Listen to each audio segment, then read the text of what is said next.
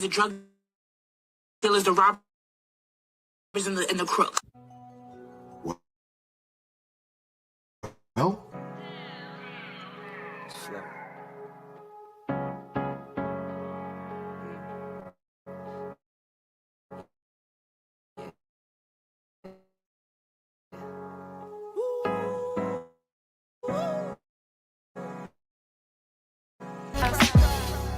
This one's for the ride. This one's for who knew I make it, just needed some time.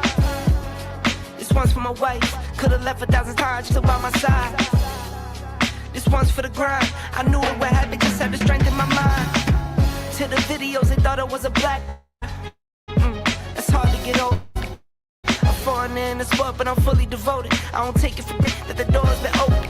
I knew I was different. I knew I was chosen. A breadwinner, but I'm soft-spoken. All like a 59.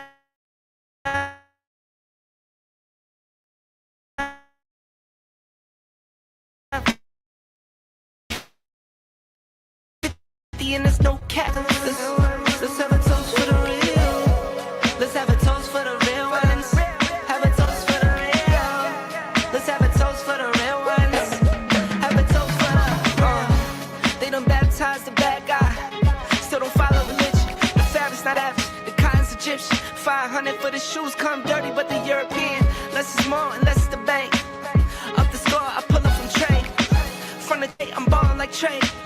Do what I can, I do what you can't. I wrote this 30,000 feet up, 10 toes stay G'd up. I'm trying to get that type of wealth, like a house on the hills can't see us. Say the money still me up, stay humble, stay teed up. I don't tell you how to live, so don't hit me with no weak stuff. And if you know the deal, then you know the deal. If it's real, then you know. Yo, what's going on, y'all? This your man Marcus A. Brown, and I'm here to tell y'all that I just got done with my first consultation with the brother Andre of Love Crossing Borders. I just wanted to give him his praises. I need y'all to do two things if you haven't already. If you haven't, subscribe to his YouTube channel, Love Crossing Borders. Also, if you are going to Colombia, if you're thinking of going anywhere, traveling internationally, please consider booking a consultation with the OG Andre of Love Crossing Borders. You will not be disappointed. I'm a fan of the channel, so I booked a 2-hour session just to show support, just to show love and say what's up. He provided a wealth of information, way more than I was even expecting. He has an excellent presentation. So I just wanted to let y'all know you will not be disappointed. Book the consultation, subscribe to the YouTube channel if you haven't already. Dre, man, I appreciate you. I will be out in Colombia, and I look forward to linking up with you. And y'all, get in tune with him if you haven't already. Tell him MAB sent you. and I'm glad I'm able to help raise up a community of black men. Theo had this crazy idea of teaching black men what he had learned in the tech field. If you're resistant to change, you only want to do one thing or one way, yeah, you're not going to make it. This is about taking men, black men, and making them better men. Where are all the black men? And I'm not talking about the scammers, the drug dealers, the robbers, and the crooks.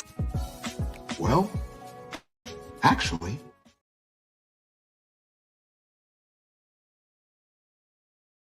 let me add myself to the stage. Shout out to all you guys that are here with Andre and Andreas. Let me get this together. Right here and right here. There we go. All right. Andre and Andreas Love Crossing Borders in the building. Appreciate you guys. Let me move that mic a little bit further over. Right about there. Get that cord in order. That's what you call the struggle streaming. All right. Great. All right, we got a great topic tonight, guys. Really, really good topic. 2024, great year for hip hop and also for the rap battle between Drake and Kendrick Lamar.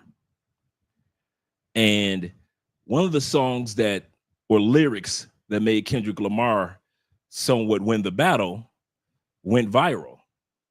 And I mean globally.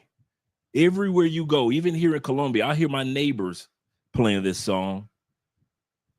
This song blew up so much, man. And it was a rap battle song that he ended up getting the Super Bowl opportunity.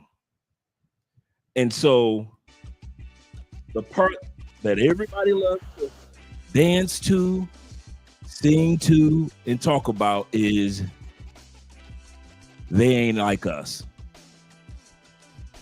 They ain't like us.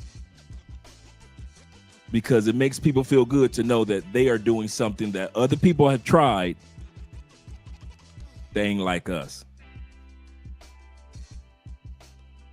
In the movie Jesus of Nazareth, came out in the 70s.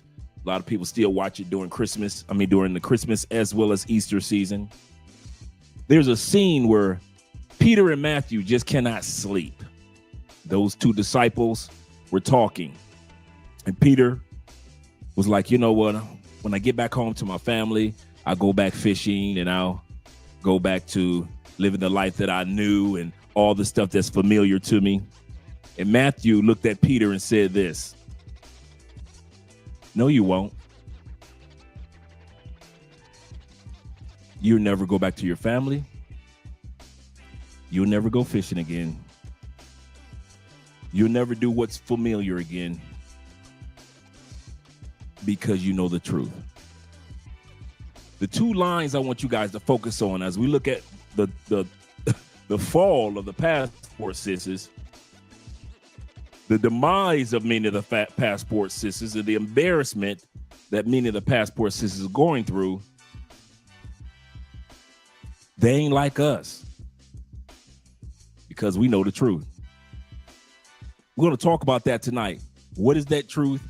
And why is it no matter how hard the passport sisters who've been traveling more than us and longer than many of us around the world just can't seem to get it right when it comes to dating and mating and relationships?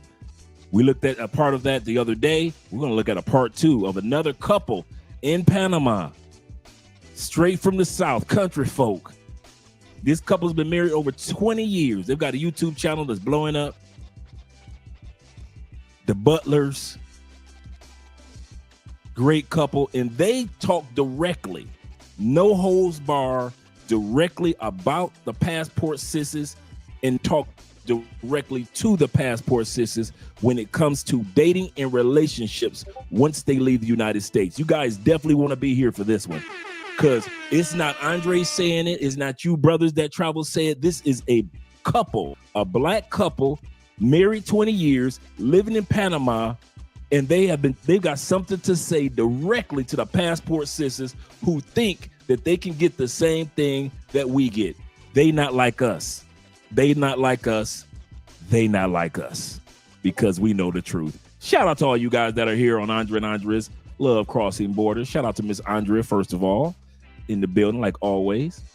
Shout out to my man David Dice of the Dice family. He say, the family, Andrea chat. Good evening, fellows. Good evening to you too, Dave, of the Dice family. He say, Andre, the book is so informative that I bought 2 and gave 1 to my homegirl. Shout out to you, brother. I appreciate that. And the book that he's talking about is, of course, the book that is Anywhere Is Possible that just came out.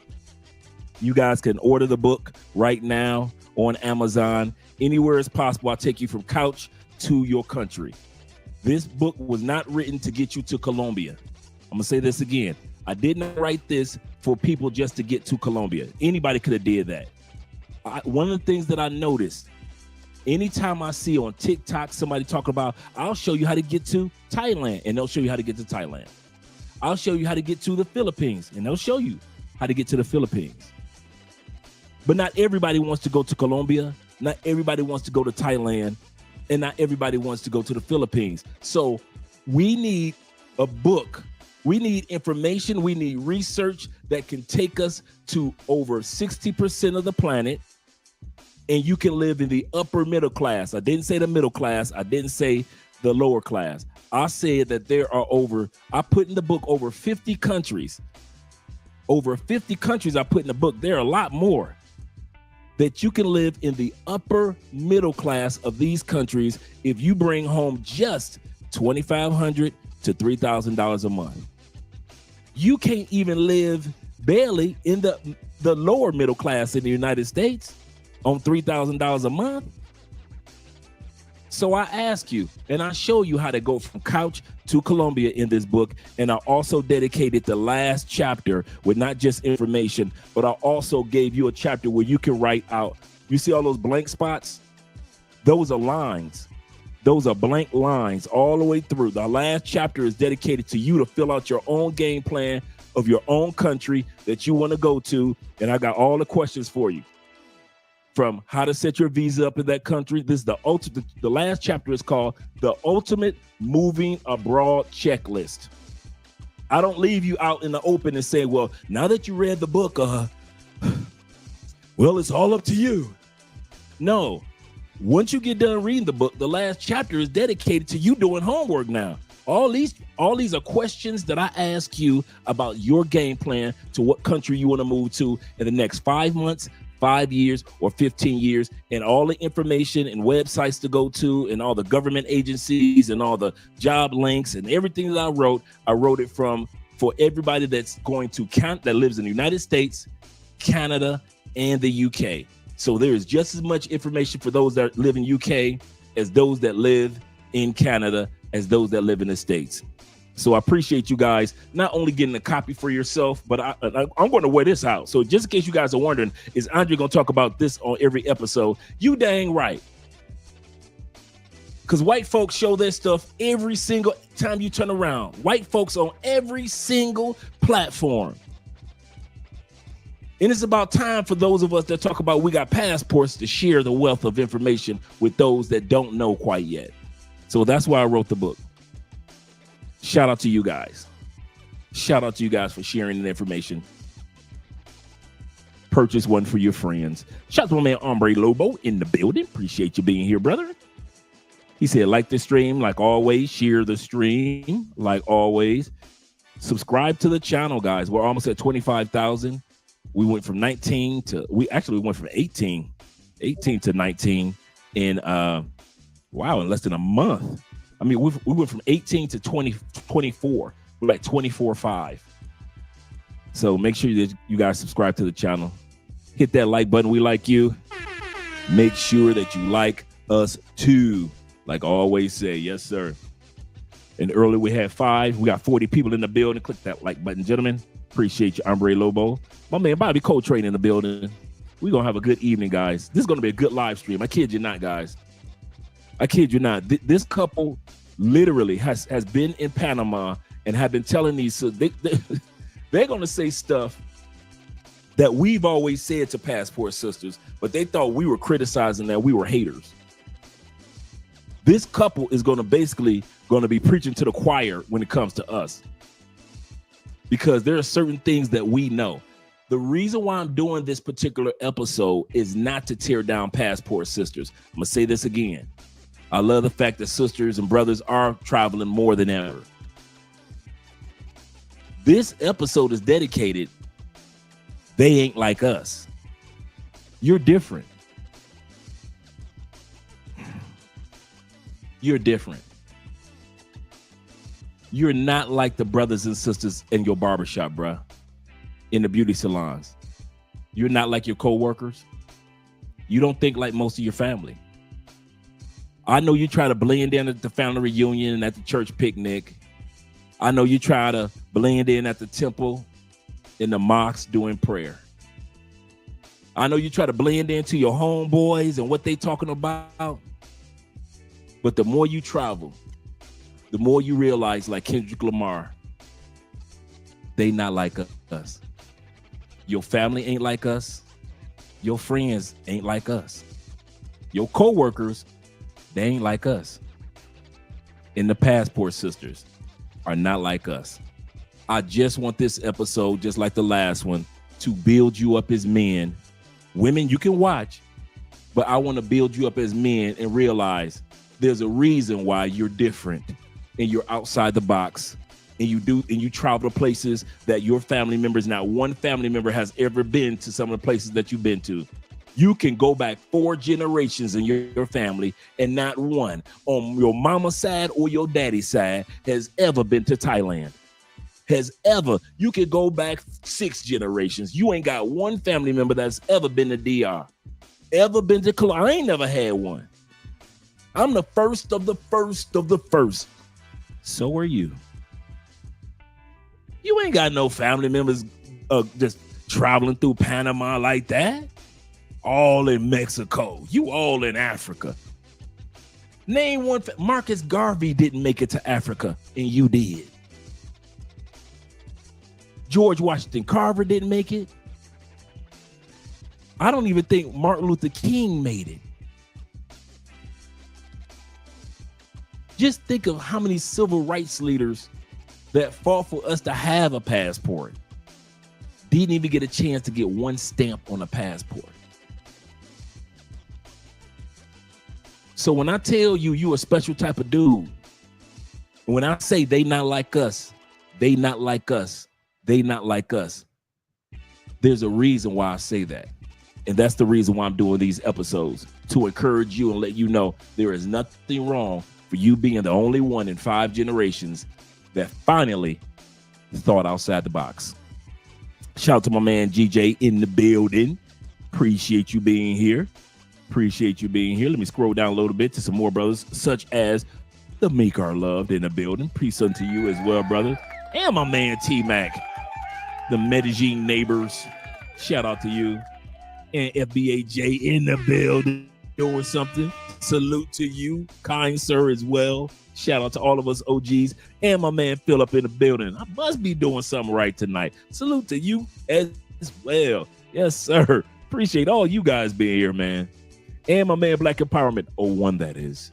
Black Empowerment 01, salute to you as well, kind sir. Salute to you. And my Indiana Indiana Boilermaker.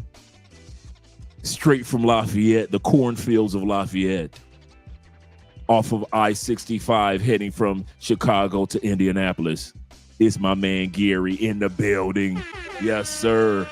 Yes, sir. Yes, sir. Shout out. Yes, and shout out to the missus. Yes, sir. And shout out to my man Philip. He said, we got 31 people in the chat. He said, only 11 likes. What are we doing, gentlemen? Like you, make sure you hit that like button too, because we have a barbershop talk. You know how we do. We keep the truth going. Oprah coming next. Once I established that place of truth. Deal. Yeah. Oh, yeah. Deal. He said, I have a Kindle edition. He said, but I will order a hard copy for you to autograph. Deal. Terrell gonna be here too. Oh man, we got a good time next week. Deal. I'm glad you guys told me. that y'all gonna be here. Deal. He said I will be ordering a book tomorrow. Mañana. Appreciate you, brothers, man. I kid you not. I did not just throw it together. I promise you guys. You guys, anybody that has already read any portion of the book, you realize that book was not just thrown together. You realize there's a lot of research. I end every chapter with, okay, now I give you the information. Now I'm gonna show you how to go get to it. Now I'll show you how to get there, get here, get over there. Whether you're buying real estate in another country, that's in there. Because it's one thing to go to another country, but how do you get comfortable in that country? How do you get acclimated? I got a whole 3 chapters dedicated to just you finally in your country, whatever that country is. Now you're getting acclimated. How do you do that? One of the ways, like we always talk about here, is bring your routines. Bring whatever your routine is. I just left the gym. You might be a gym rat. So shout out to my man Jacoby in the building. So do your things, fellas. He say first go to Brazil. Shout out to Brazil. Speak Portuguese and Espanol. There we go. Step by step. Jacoby once again in my family. Yes, sir. Appreciate that. And Volek is in the building. 85. He said evening to the chat. Yes, sir. Yes, sir. Them DMV boys at it again. Hola, hola, hola. With the go-go music and the go-go beats. Shout out to my man 0 Milligram in the building. Yes, sir. And we got my man Black Nubian. Always here. Always showing some love. Appreciate you, brother. He's always here showing some love. I told this guy where I was from. He said, oh, Canada. Chief Smoke, the Prophet. Shout out to you, Prophet, being in the building. Glad to see you here, brother. Glad to see you here. Say, what up, Andre? Shout out from Brazil. Shout out to the Brazilian boys out there holding it down. That's what I like to see. South America showing love to South America. And my man Black Scorpion is in the building representing, as well as my man Kofa in the building representing. I'm trying to get through everybody because I want to get to this live stream for you guys. He said the book is thorough. I appreciate that, man. I appreciate that. I kid you not, man. I really tried. I did a lot of homework, a lot of sleepless nights. It was a couple years of me putting this book together. I kid you not. It was not just an overnight, just let me just throw something together. No, this book was a sum total of many consultations, much homework, a lot of things that I've done. See, this is the cool thing about having your brother Andre. I'm kid you not. Since I live here, and like T-Mac, we live our life like a regular life it is in the States. Like I've got life insurance here, like I have life insurance in the States. I have medical insurance here, like I have medical insurance in the States. You know, relationships here, like I have a relationship in the States. You know, purchase vehicles, like I will purchase a vehicle in the States. We're focusing on purchasing property and having children, like we would do it if we were living in the States. So there are certain guys that have built so much information of regular life in other countries that we can share. You can glean off of us. To whereas other guys, you can glean off of them as just vacationers, which is cool. There are many of us that live here that you don't even see on camera.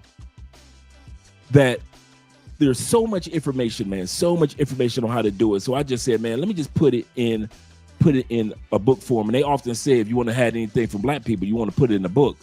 If you want your venture to fail, put it in a book, because black people is not going to support it. I beg to differ. I believe that you give the right information to our people, we'll take advantage of it. I beg to differ. Shout out to once again to my man Hombre Lobo in the building. Kenny Peoples, who always giving me great information. That's how a lot of these live streams get done, because Kenny always give us some information. Buenas noches, mi amigo Andre. So yes, good evening to you as well, kind friend. He said just getting home from church. Today is Tuesday. Yeah, and today is payday in Colombia. Bruh, I didn't even get a chance to tell Andre, all the restaurants in our neighborhood are packed. All the cars, all the more. And I'm walking from the gym. I'm thinking to myself, like, why is everybody outside on a Tuesday night? Tomorrow is a holiday in Colombia. They got the day off, and today was payday. Today was payday, and tomorrow is a holiday. Oh, they about to party like it's 1999. Ain't nobody cooking. Shout out to my man Aiken in the building. Always here, always showing some love. He says salute to LCB in the building and the chat. Yes, sir. And the last person, once again, Meek says this. He said, yo, Andre, he said, I've come back from Sosua, Dominican Republic, or the Republica Dominica. He said, I'm sorry to say, but them Dominican women have lost their, man, bruh. Don't feel sorry. When me and Andrea went, man, a few years back, man, them Dominican chicks have fallen off a cliff when it comes to take care of themselves. Now, don't get it twisted. We're saying that there are some beautiful Dominican women, but like it used to be back in the day, yeah, he ain't lying. He said the women there now look cheap and not sexy. He ain't lying. He is not lying. I've been hearing that from a lot of brothers. When I went there, I was like, now don't get me wrong. I saw some Dominican women. I was like, oh my God, this is she or they are gorgeous. But I saw a lot more that we went to DR like in the 2010s, like 2010, 11, 15, 17, I think it would have been better. A better eye, in my case, would have been just eye candy. But the 2020s Dominicans, he ain't lying. he ain't lying. He ain't lying. Shout out to Mad Max. Mad Max said this. He said he'll be here in Cali. This is the original Mr. Cali right here. If y'all don't know who it is, this brother right here, man. My man from Indiana, Mr. Boilermaker himself. Came to Colombia back in the 90s. Think about being in the 90s, dude, and you find your Colombiana, and they've been together ever since. Wonderful family, great grandkids, wonderful family. Man, Andre was so happy to meet your family, man, and meet you. Was hoping I could be first in line for the book signing. Come on, Gary, you know I got love for you. Yes, sir. I got copies down here too. I got copies of the books down here too. So yes, sir. I got a copy sitting right here. Actually got a copy sitting right here. So yeah, Gary, I got one for you, brother. Yep. He said, I'll be happy to be the second in line. Deal, Gary. I appreciate you. You know I love seeing you, brother.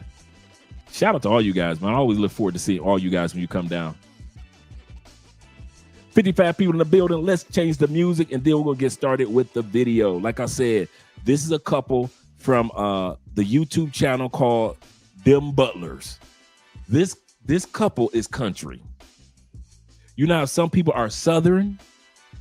Well, this couple, when you hear them talk, they are straight country. You can tell them you can either see them owning a farm or some horses.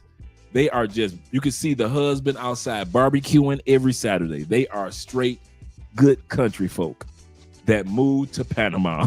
That's the funny part. Country folk that moved to Panama. And they're going to do a breakdown on what they've seen when it comes to the passport sisters, and they are giving a message to the passport sisters that they need to start listening to, because if they don't, it might just be a little too late for a lot of them. All right, let's change the music up. I'll turn that down a little bit and we can get started. Let me remove this and let me bring this video up.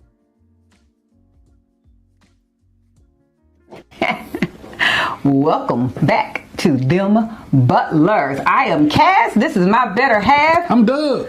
And we are Them Butlers. So, just in case you didn't know, once again, we talk about a little bit of everything. Tonight it's going to be dating in Panama City, Panama, not Florida. Dating. And those of you might be going, wait a minute, aren't y'all married? Ain't y'all married? Yeah. We are married. 20 years. 20 years in this. I'm going to tell you, they are the funniest, cutest older couple that you ever did see. They make you want to move to the South, I tell you. Make you want to move to the South. The great thing about being married a lot of times is that you get to observe. You get to sit back and watch and be in the cut. Yeah, sit back. And we ain't judging people. We're not judging. But we're alive. We can see what's going on in front of us. We can't. We are going to bring this from the Afro-Black experience because that's what we have noticed in Panama. We are. That's what we are. So if you're not a brown skin, this might not pertain to you. But stop that. The number one group that my husband and I have found, and at this point we have now been going back and forth or have traveled to Panama for a year. So we have found that the number one group that keeps relocating or is moving to Panama is the African American woman from the United States. Heavy numbers. Yeah. In droves. And they are everything from the 30-year-olds. Mm-hmm. Good for y'all. To the 80-year-olds. It is good, everybody in between. If they have breath in their body, they are moving to Panama. Now, what my husband and I have found is they are single women. And they are single women in regards to never been married, divorced, widowed, in a situationship, whatever they call all of that mess. Yeah. But they're moving and leaving the United States. Hey y'all, we made it to Panama. It's been a journey getting here, but this country is one of my top 2 choices for a place to call home. Between the same time zone, using the US dollar, and being just a short flight from the States, it just feels familiar. But what really sets Panama apart is the warmth of its people. So, me being a woman, we know we have that telepathy. I have found that in talking and even watching other YouTube videos, you start to hear the dating scene was not what I thought it was going to be in Panama. Trash. So let me tell you what I have seen from a married woman's perspective. Number one, I have not seen. That does not mean they don't exist. So let's put that caveat out there right now, y'all. Okay. Don't be hitting me up with, well, I'm married to. I don't know what y'all. Right. I have not seen a local Panamanian man paired up, booed up, married to a black woman in Panama. Okay, guys, let me ask you guys from your regions. I've met one couple in Colombia where it was a sister married to, I met her, she was pregnant. I met him, really good couple, right? Really good couple. And I met her first. And They both live back and forth between Colombia and the States. That's the only time I have seen a sister literally come to Colombia, living her life, meet a Colombian dude that's a really good dude, not no hustler, but a really good dude, get married, having children. They live in the States and here in Colombia. I have not, other than that, I have not seen one Colombian dude. I've seen 1 or 2 Colombian dudes that smashed attractive sisters, but I have never seen a Colombian dude booed up, like she said, in love with a female from the States. Only one. That one time. What about you guys in Medellin? Have you seen anybody? What about you guys in DR?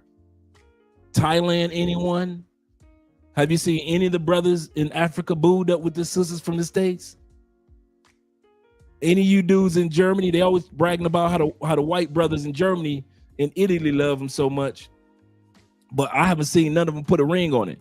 I'm gonna say this again. I've seen a lot of sisters go to Europe to get smashed, but I haven't seen any of the sisters talk about, girl, I came to Italy and I got married. I was married and I haven't seen any. And I'm not hating, but I'm just repeating what the sister said. He say, Dre, a little Chuck Brown on the board for DMV. Oh, there we go. Let me write that down.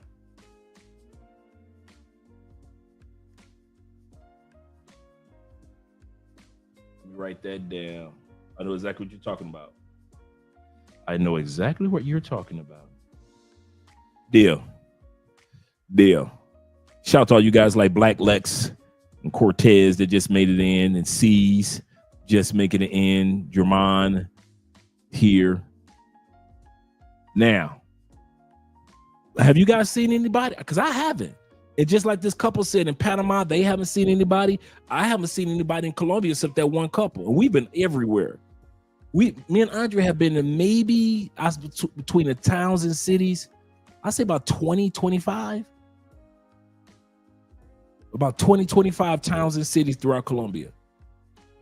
And we still got a bunch of other spots that we plan on hitting, right? We ain't never seen, except for that one sister that I met down here. And one other sister I saw was getting smashed by a Colombian dude while she was on vacation. Never saw it. So I don't see you guys putting anything in the comments. So quite obvious you guys haven't seen any. He said, "Good Lord." He said, "Lord have mercy." Now I gotta take Panama off the list. He said, "Why, Lord? Why?" You can keep Panama on the list. You're gonna see based on the video tonight. You can keep Panama on the list because even though the sisters are moving there in droves, ain't nobody being bothered with them except for sisters, and that's what you're gonna learn from this video tonight. He said, "Them guys in Italy ain't dealing with them Western hyenas. They are just smashing and dashing." Absolutely correct. Absolutely correct. Let's go back to the video. Shout out to my man Kobe. He said, "Okay, fine, I'll say it. American women are the least desired in the world. The most overweight. The women going to talk. They're going to talk about that in the video. Most entitled. They're going to talk about that in the video. Worst attitude. They're going to talk about. Hey, have you been to Panama with the sisters? Because they named everything that you just mentioned, along with the sisters. Don't touch Guyana. Yeah, don't. Please, sisters, stay away from Guyana. They got some big things going on over there. We don't need you to be going over there ruining it. Let's go back to the video, gentlemen. Yet, I haven't seen We it. haven't seen it yet. I haven't seen it. I have seen black men with traditional Panamanian appearance of women. I have seen them with other ethnicities and nationalities, but I haven't seen them with a black woman. As we go out, when we see black women, they're all together. They're in groups. They're dating each other on a girls' night dating, but they're not with a black man or a Panamanian man. So I told my husband, if you are fed up with the dating scene in the United States, if your number one reason for saying I'm getting out of the United States and I'm going to Panama because the men here ain't about nothing. The men here don't know how to treat a woman. The men here want to play games. The men here don't have their together. The men here don't make enough money. The men here don't have degrees. The men here don't know how to treat a woman. The men here don't know how to go on trips. Any of those reasons. Wow, that's a lot. Don't you leave the U.S. coming to Panama thinking it's going to be different. And I'm going to tell you, or better, I'm going to tell you why. I'm going to tell you why. If you are a black woman coming to Panama, the majority of the women in Panama are brown or black. So they're either Afro-Panamanian or they what we appear to be Latina-looking Panamanian. Yeah, yeah. All these women on here are Panamanian. They already see you. They are. This is already here. You're not exotic. You're not different. And you're not anything exclusive. Unless you want to come there and take care of a Panamanian man. Or a Latin man or any man. There's not going to be a reason for you to do that. So let's also talk about the... Now you see the ladies. I don't see why y'all keep trying to skip past Panama and enjoy Panama. Remember, when Tailor-Made Dreams first started, guys forget, Tailor-Made Dreams was not going to start in DR. His original goal was to live in Panama. In fact, my husband's going to chime in on the man's perspective here in a minute. All that Most Panamanians make less than $650 per month. On the average. On the average. Even if you double the average, so let's double the average and let's make them be above average. $1,300. That's $1,300 to $1,500 per month. The Panamanian culture are responsible for their parents as a culture. Financially responsible for their parents. If their parents do not have, all the siblings don't fill in. Have to fill in the gap. And they have a law that these siblings can also sue the sibling that's not putting in. So let's say you have you're lucky. So we've been told. You fell in love with a $1,500 a month man. He balling. He might also have to be taking care of his family financially. The dating scene is going to be different than what you are expecting. So if you need him to be bringing in the money, he does work. They're hard workers. They're very hard workers. They work 6 days a week, 48 hours a week. That's their... Now you see how sisters in the States are? They want you to take them on expensive trips. They want you to come out that $10,000 cash. And there's always a simp with some money that's going to do it. Just because I learned this, and we all learned this, just because you got money, that doesn't mean that you won't simp out. There are a lot of dudes that are simps that have money that are willing to give a chick $10,000 for the same coochie that another dude was getting it for absolutely free. So we understand that there's going to be some simps out there in the world. But what they're saying is, if these women who are like these women I just posted are expecting Panamanian men to come out of 10,000, expecting Panamanian men to come out of that type of money, DR men, Colombian men, if they're expecting Brazilian men or African men as a whole to come out that type of money, it's not gonna happen. In other words, let's be honest, guys. Y'all ready? The only dudes that's willing to simp on that level are American, Canadian, UK men. We the only ones. I'm gonna say that again. The only ones on the planet that's willing to simp on that level, American men, UK men, Canadian men. We got the money enough to simp, and we will use it. We will use it. Yes, we will. We will simp with the best of them. Let me see. Does it look like I'm freezing or something? Let me double check. Take a look. Make sure I'm not looking. Maybe it's just let me check myself out. I want to make sure that I'm not looking blurry or anything. So let's go here.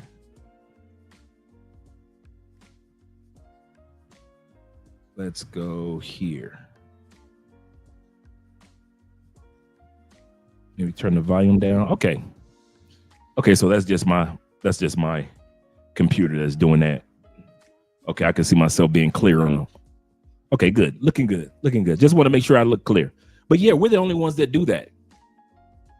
That's why this couple is telling American women, or is telling sisters, don't leave the States if you think that if you're going to go to another country and these other men are going to simp for you. They aren't. You don't look as good as Panamanian women.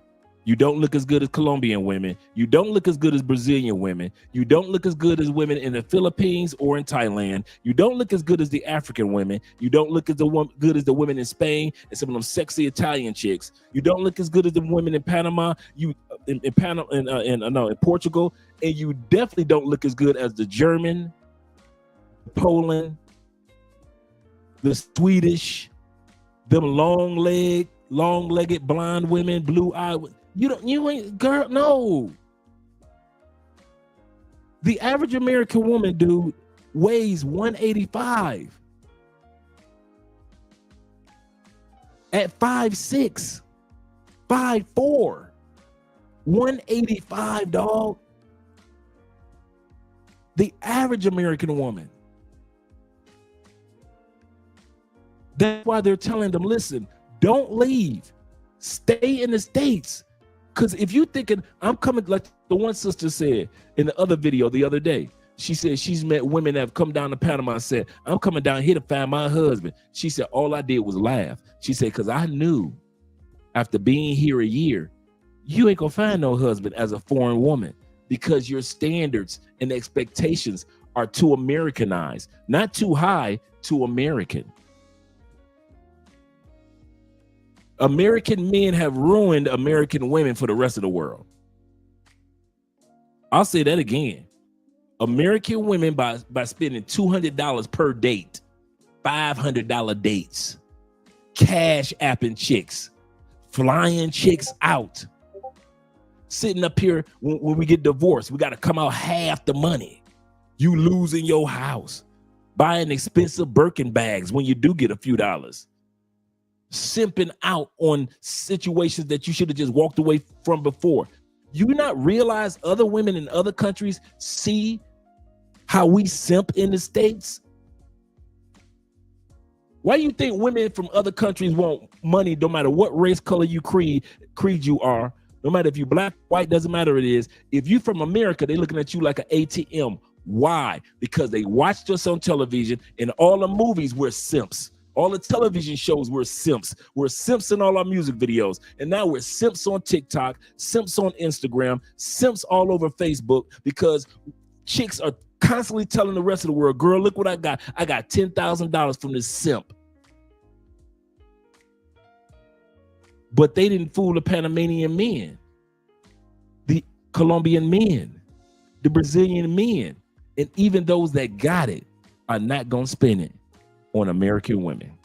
And this is why they're telling American women, if you are leaving America looking for a man, it is not going to happen. Men in other countries don't simp like American men do. Standard week. Putting it in. But he can't take care of you. So are you looking for a man to elevate you and take care of you financially? That shouldn't be your reason for coming. If you're looking for someone to better you, I mean, all the things I just said, all the things that you weren't looking for in the United States, it might not be there. He might not be able to take you on these beautiful trips and put you in a car with numbers and letters and put you in high rise. But that don't mean he don't love you. That's right. That don't mean that at all. But you could have had that in the United States. I mean, you really could have had a less economic person in your life and never left the United States. And you saved a lot of money. So my whole thought has been about the dating scene.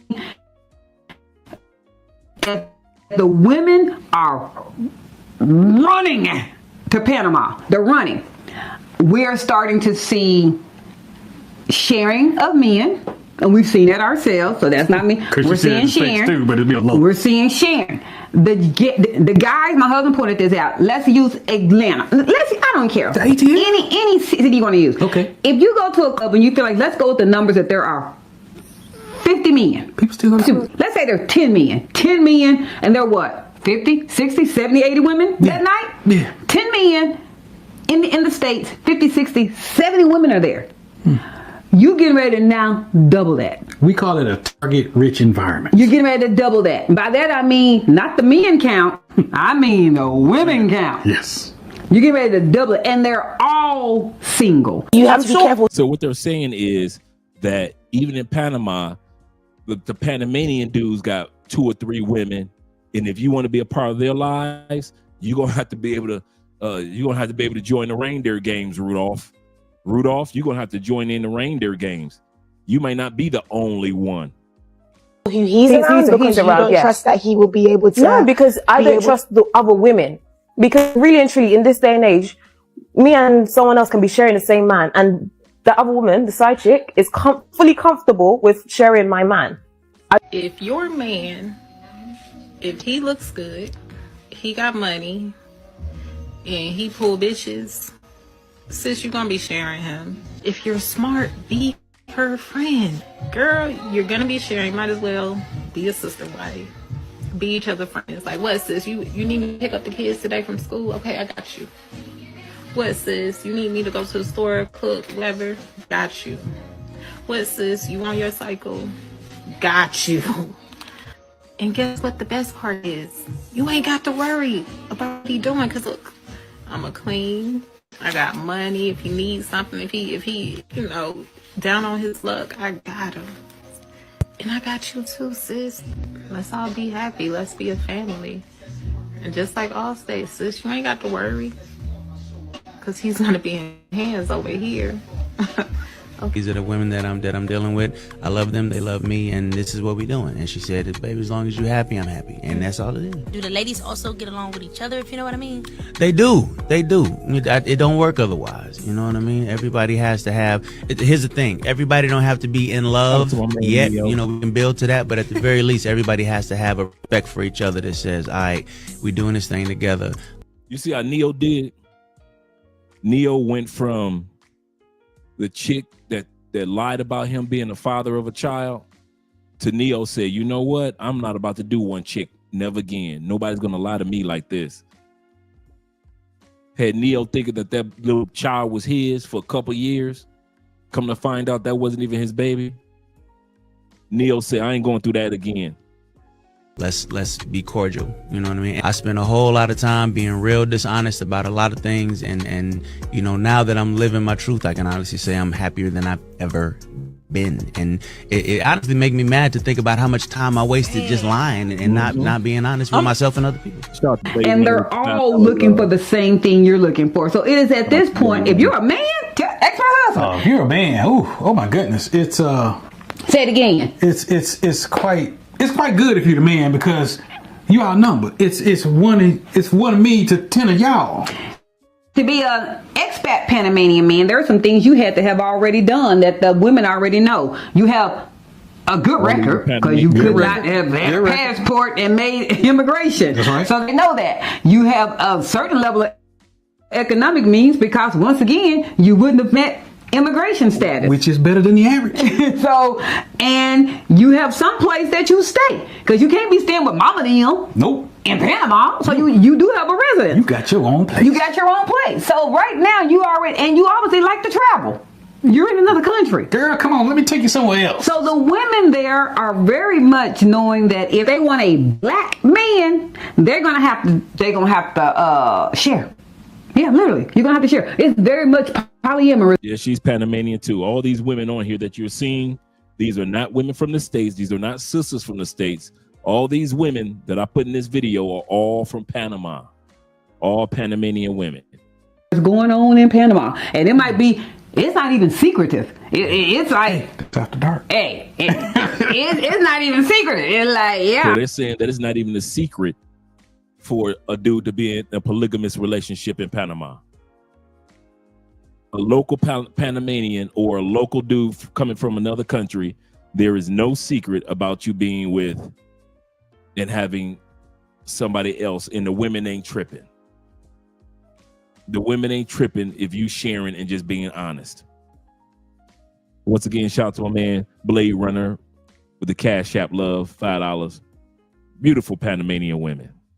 I see her on Monday and I see her on Tuesday, and I might come back and see her on Wednesday. Now, I'll throw a caveat out there, ladies. You might not know you the Tuesday woman. I'm just saying. But you didn't know that in the States either. Oh, man, just saying. I ain't trying to throw in shade, but that's real because the numbers, it's just math. And guys are math driven. If the number one group that is being driven, I'm seeing it. I'm personally seeing it. I'm watching YouTube and see it. And our own realtor has told us. He actually is the realtor for a couple of single but educated type of group. That's like the close to the name of it, widow. Very educated, yeah. And that's the name of the group. That's the name of the group. Single educated and widow, but they're all in Panama. He's their realtor. So this is a group of women of 50 to 60 women that have all relocated to Panama. There's not 50 to 60 men that have relocated to Panama. Not one group. There are couples. Well, guys, we normally go solo anyway. We don't normally join groups unless we're there are couples. You see a lot of couples. Yeah. You see guys that come down and travel. You do see Jamaican men. Once again, it's a same economic type of a status. If you're trying to be taken care of financially, if you're trying to be Susie homemaker and pop out a couple of babies. Oh, wait. Well, first of all, we talking about a group that's on the average is past. Well, I said between 30 and 80. I mean, that is the number. It's a lot of women. You're probably not going to find the dating scene to be what you're thinking of it to be. Does that mean you're going to be laying low and you're going to be knitting and have 20 cats in the house? No, I didn't say that. I didn't say you would never go out on a date. I said you're going to have to open your mind as to what are you comfortable with dating. And a lot of women, the same reason you left the United States, you will come to Panama. And the problem's worse. And the problem is worse. If it's economics, if it's not having enough, if it's all the things I just listed, it's even worse. And the dating pool is even less because it depends on what your culture is. Panama is a brown country, so you're not getting ready to date outside your race. You do see Caucasians, you do see Jewish men, you do see different things, but they're not in abundance. It's a brown country. It's brown. So you're going to see people that look like you, or you're going to see people that look Latin, and they don't typically. I haven't seen them yet. I have not seen them date a black woman yet. Yourself? Well, one, I ain't been looking at folks, but what I have seen is that for the African American man, I'll take it from my point. Okay, come on, black man. African American man who just set foot in Panama. Okay. I see all these groups of ladies from the States. Okay. And I know most of them single because they introduce themselves. Everybody speak. Everybody speak. They're very friendly. They're very friendly. And the guy is here not looking for any attitude, and he just want to see what's out there. Okay. And not only is the American expat female there, the Panamanian women are there. That is correct. And it's a bunch of y'all compared to us. And the Panamanian women are just as fine, if not finer. Let's get this real clear. Them ladies are fine. What? They fine. Yeah, so I'm not saying that. You don't let yourself go. Now, baby, let's just be real. We all know this. We all women, right? You know when you them clothes don't fit the same way they used to. American woman. Now, this whole conversation, she's talking to sisters in the States as well as those to Panama. She's talking to two groups of women. She's not talking from a hater perspective. She's not talking from a jealous perspective. She's talking from the perspective of like, listen, me and my husband have been down there several times over the years. We've got property down there. And we've seen over the last years, droves of sisters moving to Panama looking for a man. They're putting out this video because enough is enough. Basically letting them know, ladies, y'all really nice. Y'all got money. Y'all got realtors too to do real estate deals and everything. But if you think you're going to come to Panama and compete with these Panamanian women that have no problem with being attractive, no problem with being respectful, fit, feminine, and friendly. At the same time, they have no problem with being a share bear if they need to. And if you think that the Panamanian men got enough money for you, they don't. And if you think the American men go come down and simp for you, they won't. So one group of men don't, and another group of men won't. You've let yourself get out of shape. You come to Panama, like she said, you know that dress don't fit like it used to. But you want to come to Panama and compete with these Panamanian women. Shout out to my man Marco in the building. Blade Runner as well. Once again, Cortez and Plundar being in the building. Yeah, they're going to end up being sugar mamas. And that's what she's telling them. If you want to be with a Panamanian man, he will treat you good. But he'll be your man, but you can't, but you're going to have to pay for everything. You're going to have to buy the condoms. You're going to have to pay for the excursions. He might be able to bring you some roses every once in a while, but you're going to have to pay for everything. Shout out from class 6 in the building with Theo's class, Beyond the Basics. Let's go back to the video. Glad you guys are here. We got 104 people in the building. Click the like button. We like you. Make sure you like us too. I just don't want you to be thinking you're getting ready to come down to Panama and you're getting ready to be the cream of the crop. Baby, they got some 20-year-olds and some. We had an attorney that we met. Panamanian. Man, look at this, bro. That was a good. The average American woman can compare with beauty such as this. You telling me that the big chicks getting off the boat, getting off the planes, can deal with Panamanian women that look like this, Brazilian women that look like this, Colombian women that look like this, Venezuelan women that look like this, Ecuadorian women that look like this. You telling me, you trying to convince me that the average American chick can compete? Hell no. They can't. Sorry. They can't. Every once in a while, you see a fight. I kid you not. The whole time I've been in Colombia, I kid you not. The whole time I've been in Colombia, I have seen 3 fine American chicks. That's it.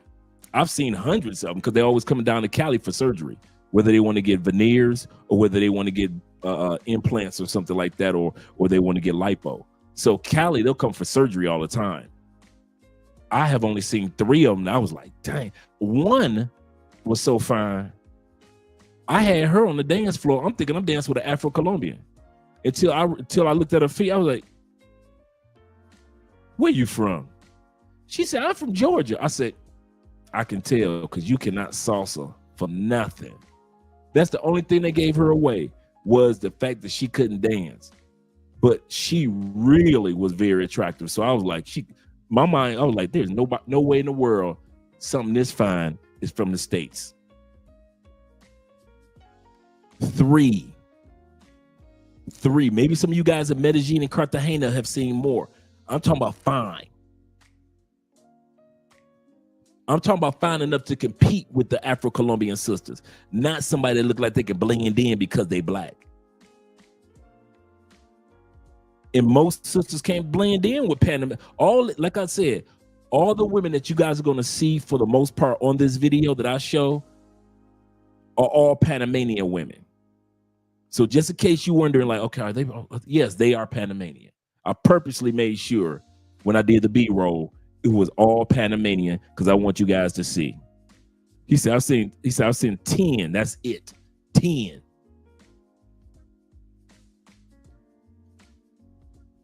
Yeah. And like I said, I'm not, this live stream is not a hate on the sisters, but it is to build you up in the words of Kendrick Lamar. They ain't like us. They ain't like us. They ain't like us.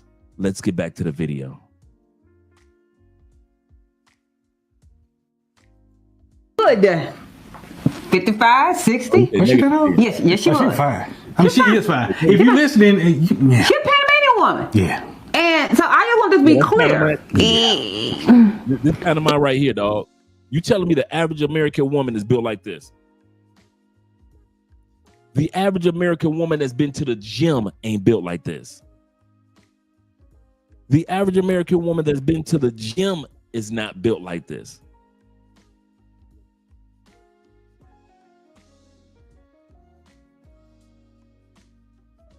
Bring that beat back for you.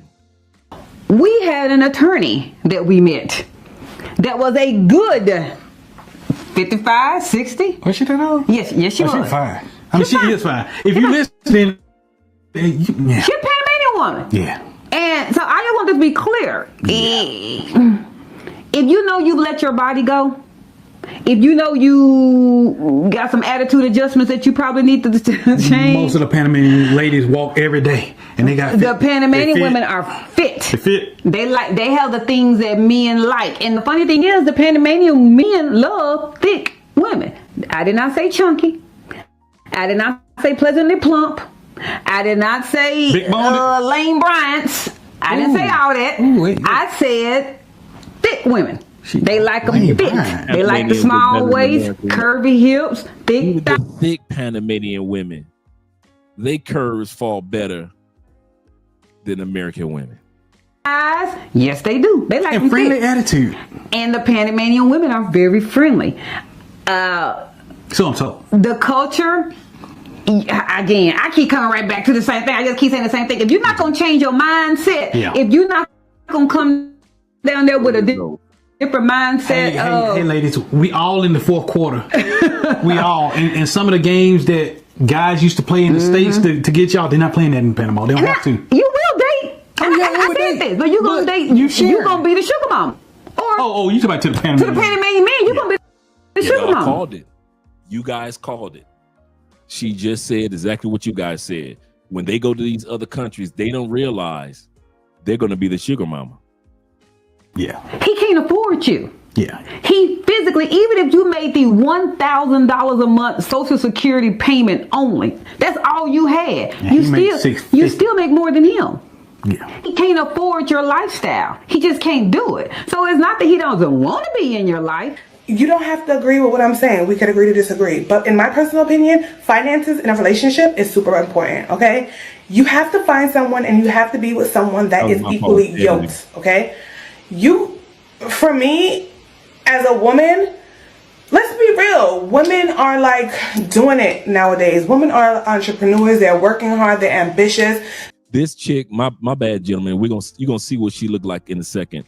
But she actually moved to Africa, and she's been jumping from country to country because she can't find no man. They're getting money, and from my personal experience, dating a guy that doesn't make either close to what you're making or more than what you're making is like a recipe for disaster. He can't be in your life on the level that you want him to be. That you're accustomed to. That you're accustomed to. You have to change it. Yeah. As long as you change your mindset change. Yeah. You can then find love here, but don't come down here thinking it's going to be something different than what it was in the States. It's actually going to be harder. It's really going to be harder. I feel like you need to know Spanish in order to really enjoy the dating scene out here. Before she goes any further, shout out to my man Kojo's for the $20 love over there on Pal. Shout out once again to my boy Blade Runner over there on Cash App with the $5 love. And once again, the other day, my man James Wingate the third with the $2 love. Shout out to you guys, man. Appreciate all you guys. Not in the clubs, so I cannot tell you what it's like in the club. I can say that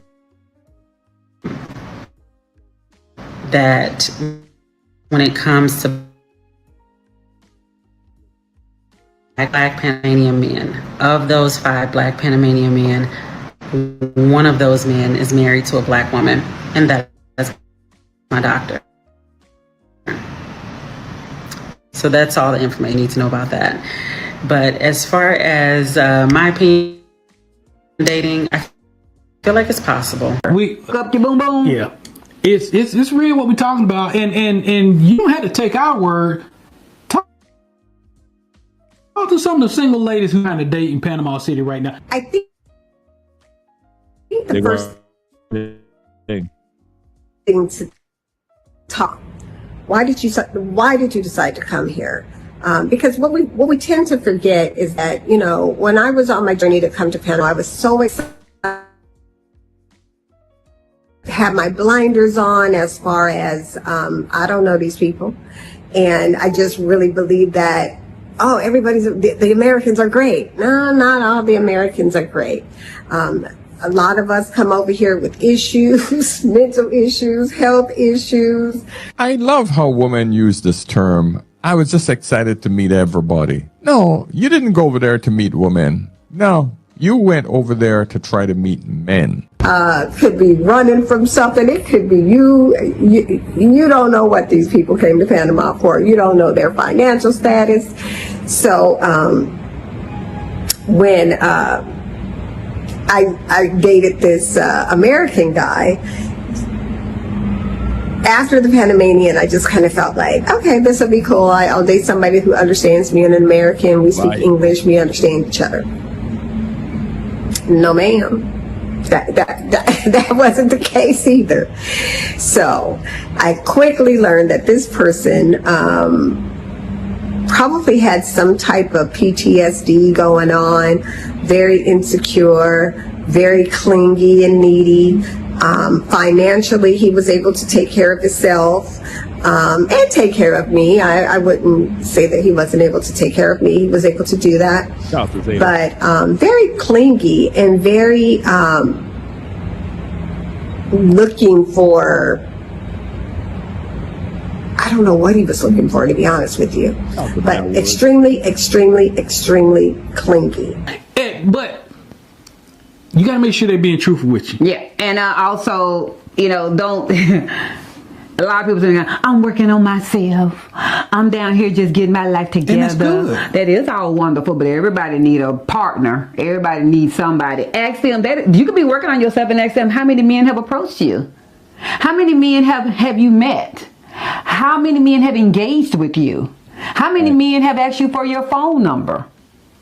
And they're gonna if they're honest with you, they're gonna say nobody. Okay, well then. Well, because I'm still working on myself. You're not being approached. See, they taking that I'm working on myself to other countries. It's one thing to always tell us men in the States that I'm working on myself routine. I just came out of a bad breakup, so I'm working on myself. It's one thing to tell us that. We'll fall for it. But now they're trying to take that I'm working on myself routine to other countries. And men in other countries aren't falling for it. And here's the other part, what they're saying. They're also saying American men in other countries are not falling for what we would fall for if we were in the States with these ladies. I want to say that part again. A lot of what we would tolerate in the States doesn't translate easily for women to do it in other countries to us. Some of the excuses and the lies and the cons and the games that we tolerate in the States because we assume that those are only women we will ever be able to get are women in our own country. But when we all travel to Medellin, you brothers have a tendency of not putting up with the BS from American women that you would have put up with if you were still in the States. It's the same thing in Brazil. You guys don't tolerate a lot of stuff from American women. You don't tolerate the games. You don't tolerate how they try to overspend your money. You don't tolerate them talking disrespectfully. You don't tolerate them talking loud to you. If they give you the sex, you ain't even asking for it. You ain't trying to be bothered with them. To whereas in the States, you would let them get away with a lot of stuff. And that's what they're saying. One of the things that they can get away with in the States is I'm working on myself. But when they come to Panama, that I'm working on myself just means that, girl, you lonely and ain't nobody approaching you. So you call it, I'm working on myself. And that's what they were just saying. I'm going to bring that beat back, what they were just talking about. I don't know what he was looking for, to be honest with you, but extremely, extremely, extremely clingy. But you got to make sure they're being truthful with you. Yeah, and also, you know, don't. A lot of people saying, I'm working on myself. I'm down here just getting my life together. And that's good. That is all wonderful, but everybody need a partner. Everybody needs somebody. Ask them that you could be working on yourself and ask them how many men have approached you. How many men have you met? Yep. How many men have engaged with you? How many men have asked you for your phone number? And they're gonna if they're honest with you, they're gonna say nobody. Okay, well then. Well, because I'm still working on myself. You're not being approached. That has nothing to do with when I'm working on myself. You're not being approached. You're not being approached because the Panamanian men don't.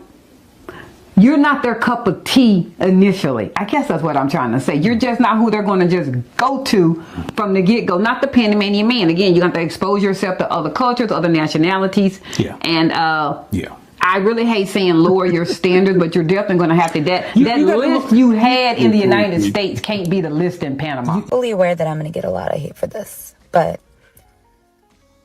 I am so effing tired of the amount of emotional labor that comes with dating black men. Now, she said she tired of dating black men. Like Chief said, they're all in the Jada Pinkett School of Healing. We're going to hear that for the next few minutes. Watch what we hear. These are the women that are trying to come down to Panama and all these other countries with these same attitudes. For example, I'm tired of being with men, black men. I am so tired of the lack of commitment, the lack of support, the lack of encouragement, the lack of money. Like, I don't know what to do from this point on, but I can tell you one thing. My interest in dating another black man is like 1% at this point. They want us to be ride or dies until they get their shit together. And then they don't want to support us in return. They don't want to commit to us. They don't want to marry us.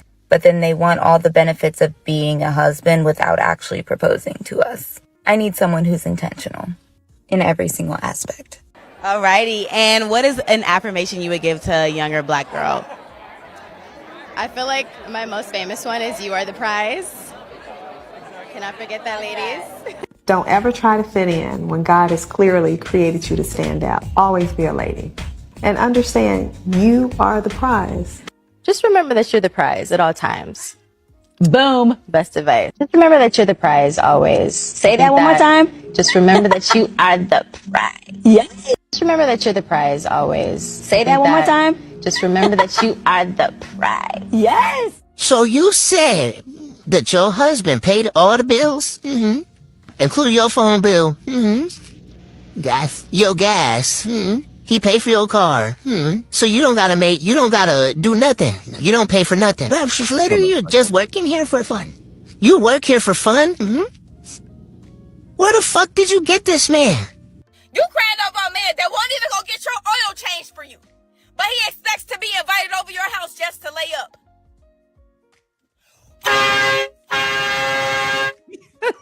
We need that for Theo's class. We need that for Theo's class. A man has always wanted to lay me down, but he never wanted to pick me up. And the men that did have real love and affection for me were the ones that never touched me. The way that I view society now is we're entered into a generation where I quite frankly believe that women do not need men anymore for many things. A lot of men will argue the infrastructure that you work in is made by men, the roads that were paved on were made by men. Now this dude here, among many men in the States, UK, and Canada, I'll say this again. This guy here is not a rarity now. This guy here is not a rarity. He just said that I believe that women no longer need men. And that the only argument we have is that we once upon a time built the infrastructure. Once upon a time. There are so many simps in the States.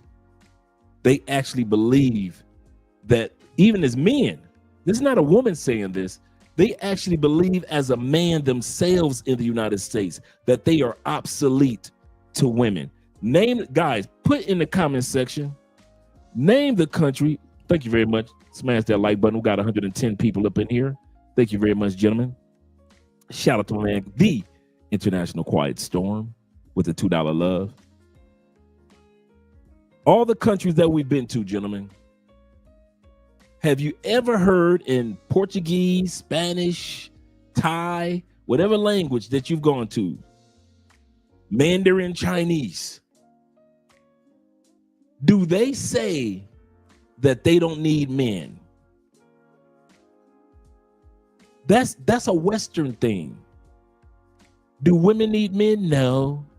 That's a Western thing. But the saddest part is when you hear men such as this dude literally say, I believe now women don't need men. As a man, you saying that? There's a lot of dudes in the United States that think just like him, that think that he and other men such as ourselves, shout out to my man Andrew in the building, as well as my man Day Tonight, believe that we are obsolete, gentlemen. Shout out to my man Barry in the building as well. Let's bring that beat back. Let's bring that beat back. I want you to hear what this man just had to say after Eartha Kitt. Eartha Kitt said, the only men that cared about me were the men that didn't lay me down, but she did not take time to give time to the men that wouldn't lay her down.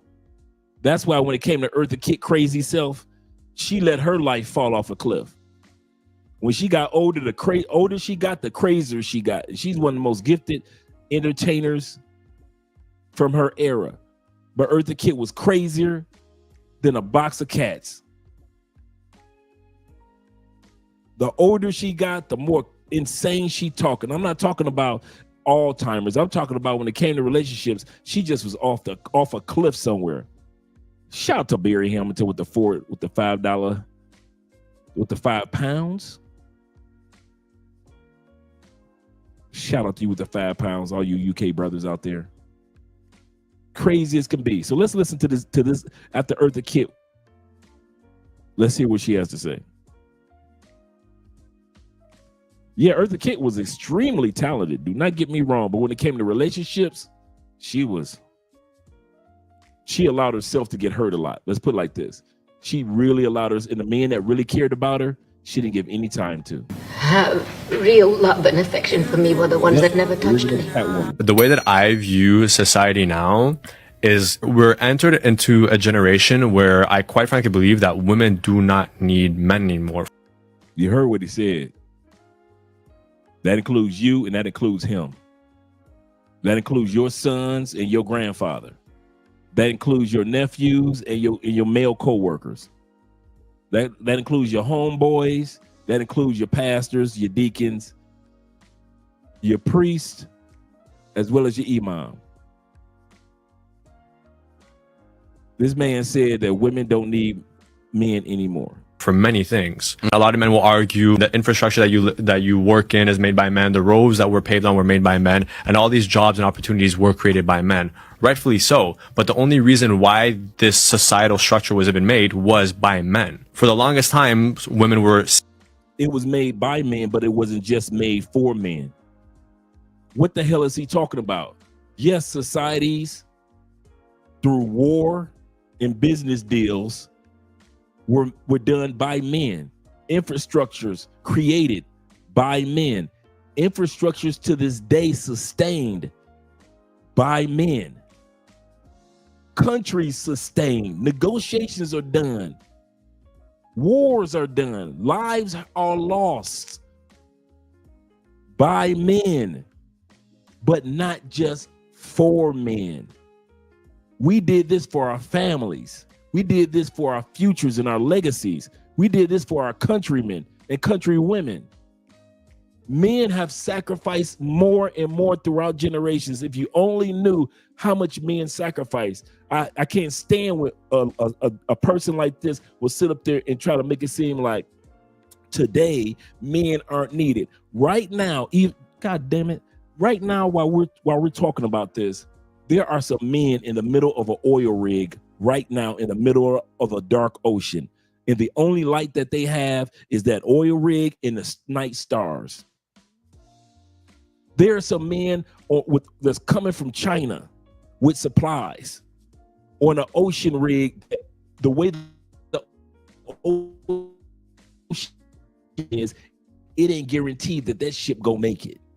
But those men there, there's construction that's taking place around the world. Tomorrow morning, and even on holidays, where men are on the top of that's working some of the most dangerous machinery in the world. Most dangerous machinery in the world.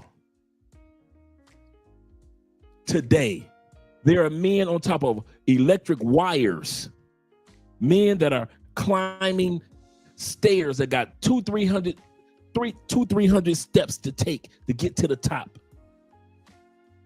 Men are doing that. I want you guys to see something. Men aren't needed. Okay, here we go. I pulled this up on purpose. Men aren't needed. They don't need men, right? Okay, here we go. Let's go. Here we go. Let's pull this up. Screen share. I've been waiting to show you guys this one. Let me put this up here, right here. Let me move this out the way. This one can be removed from studio. And let's take this one. No, we're going to keep that right there. But we're going to move this one up. Add to stage.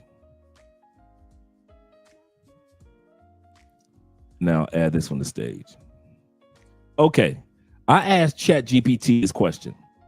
What percent of women in the States work outside jobs compared to inside jobs? In the United States, you guys often hear me talk about that, the difference between outside jobs and inside jobs, right? You often hear me talk about that. I know the Wi-Fi is kind of choppy tonight. Excuse me, gentlemen. In the United States, the vast majority of working women are employed. You know how I always say women want equality as long as it's got air conditioning. I want to say this again. If you ever want to quote me, one of my favorite quotes that I have is, women want equality as long as it comes with air conditioning. Women want equality as long as it comes with air conditioning. Let's take a look at this.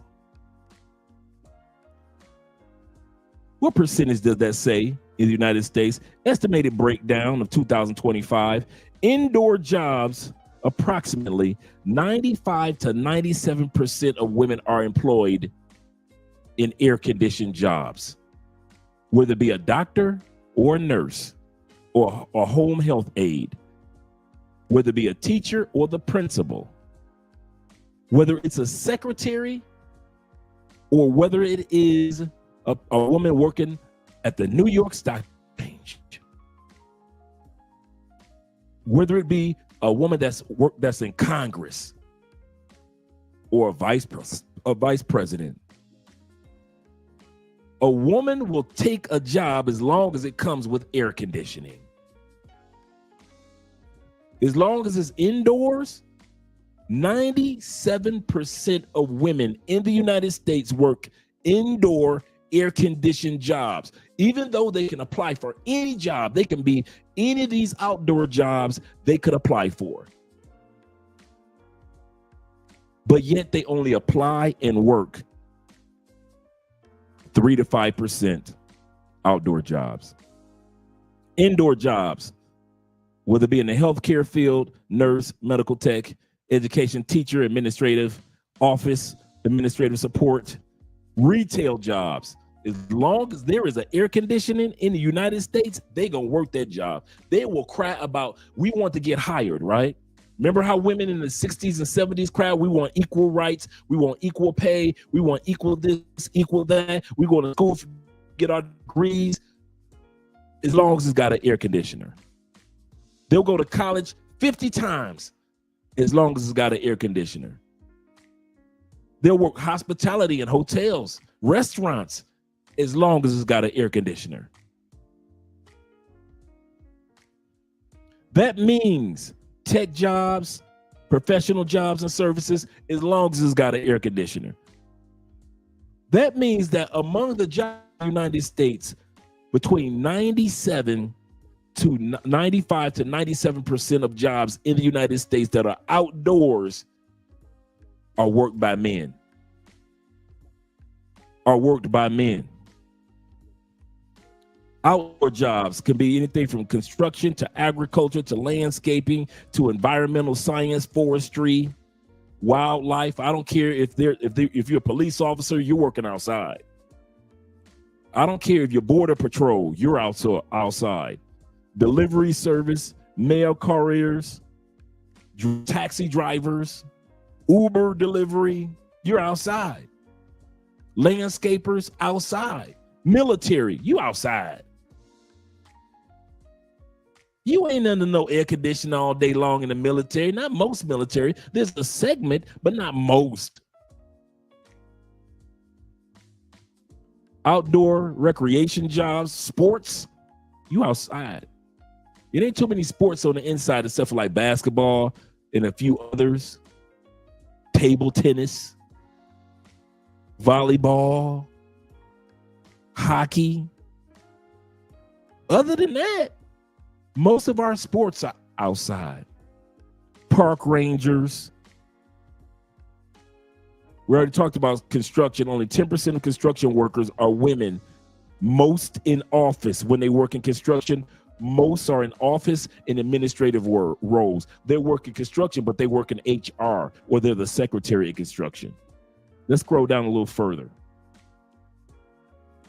Infrastructure jobs that women do. Civil engineering, 17%.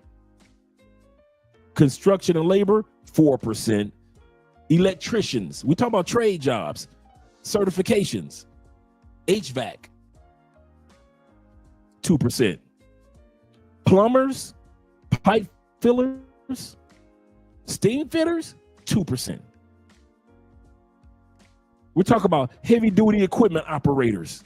Women got the right to take any of these jobs, right? Equal rights, equal rights, equal rights. We want everything a man got. We want the money that a man got. We can do it. If he can do it, I can do it. Anything you can do, I can do better. I am woman. Hear me roar. I'm every woman. All of this. We've been hearing this all our lives, right?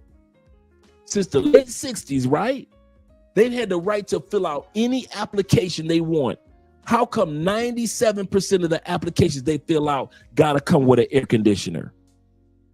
I want you to think about that. All the women that's talking this equal rights trash, but 97% of the job that they apply for has to come with an air conditioner. That's why I say women only want equal rights as long as it comes with an air conditioner. Architects, they make 25%, but the surveyors, only 13%. Transportation inspectors, 15%. Urban and regional planners, 40%. In the oil industry, we're talking about the big rigs out there. Petroleum engineer, 17%. The geoscientists out there finding the oil, they make up 25%. That means 75% are still men. Working on an oil rig, -1% of women gonna take their ass out there and get that oil for that gasoline. -1% of women are gonna take their ass out there. They could fill out the application just like we can. All you Texas boys, them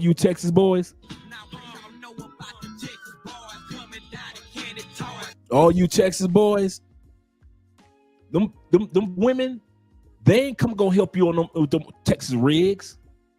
They ain't coming out there drilling. They ain't working with none of them drills. 1%. -1%. Refinery operators, 10%. Environmental engineering among the oil sector, 22%. That means that 78% are still men. Safety inspectors, 20%. But when it comes to HR, administrative, or the financial sector, being investors, as long as it's got an air conditioner, now it's up to 40% to 50%. Once again, if it comes with an air conditioner. If it comes with an air conditioner. I feel like I'm a media man right now, give you guys some of the facts. Women are significantly underrepresented in the field and in field and manual labor jobs. Why? Physical demands, remote location, meaning that you're going to be going from one place to another place to another place. The workplace culture is common barriers for women in oil and infrastructure. Women will tear some stuff up. This is nothing against women, but it's to let them know why they talk about equal. Well, come on, let's be equal, ladies. Come on out here to these oil rigs. Come on out here and do this plumbing. Come and do this landscape. I've had landscapers for the longest. How many of y'all have ever had a woman that was your landscaper? Ever? A woman came out there. A woman will work in your garden. She'll plant a cute little garden. She'll have some fruit out, like my grandmama, like my mama. Have a nice little. She got a little cabbage out there. She got her little tomatoes out there. She got a couple potatoes growing. She got some greens. You could tell my grandmama none of her greens was growing. She got some cabbage out there. I've seen female gardeners. I have never in my life seen a female landscaper, ever, with her own business or whether she was working for somebody else. Never. Some of you guys have maybe seen one or two. I've never seen a woman out there doing landscaping. Once again, let's scroll back up. When it comes to equal rights, when it comes to employment, to get the money that they want to have to keep up with men, women will rather make less money as long as they could be in some place that's air conditioned. Indoors. They will rather make less money, keep your plumbing money, keep your oil rig money, keep your construction money, keep all that money that you're making for the most part in the auto industry, in them hot factories, keep your money. You got a few extra women here and there that work in the warehouses for Amazon, but most of that is kind of like robotic. They got robots in Amazon for the most part now.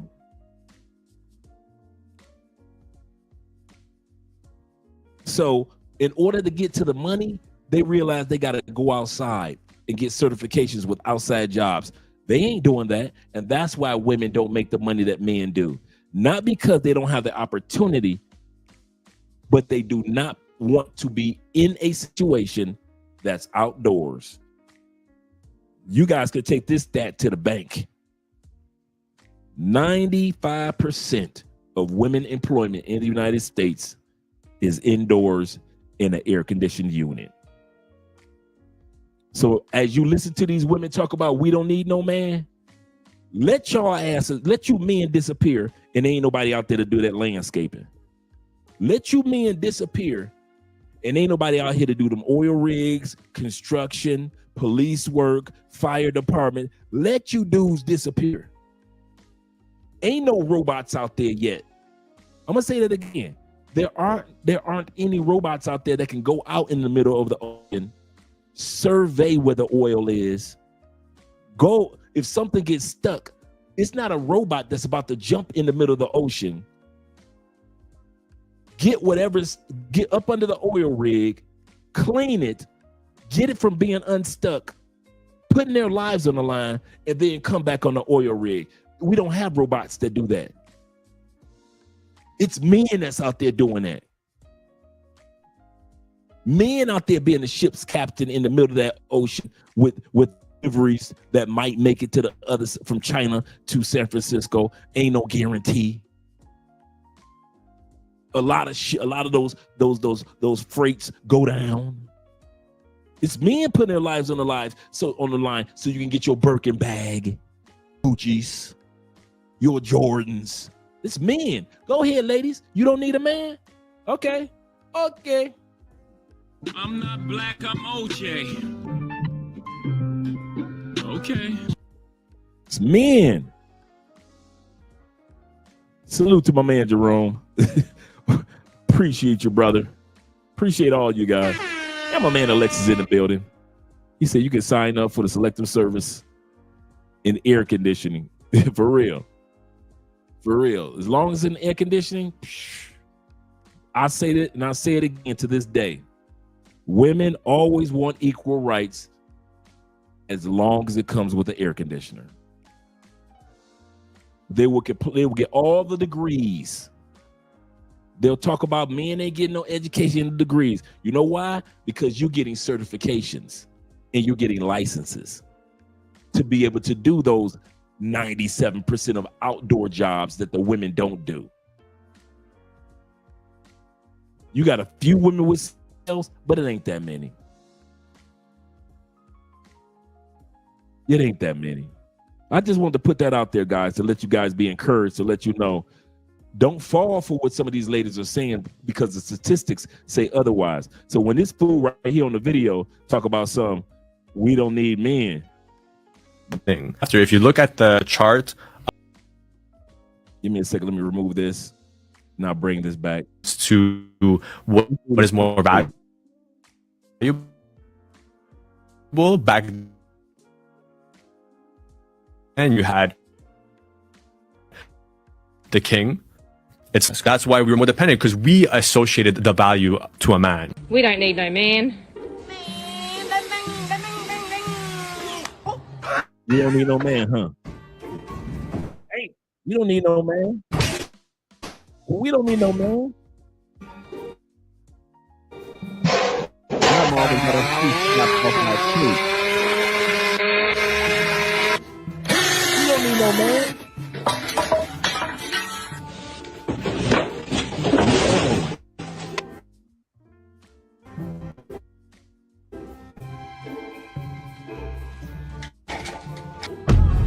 We don't need no man. Oh my God, we're gonna need a man. This Karen tries her First Amendment rights in another country and learns a big lesson. Excuse me, gentlemen. I hate to interrupt. Yo, but no, ain't no recording out here. Just private property. no recording out here. no. Sir, I'm exercising my First Amendment rights. You think this America? This is sir, I'm exercising my rights. What? We don't need no man. We don't need no man.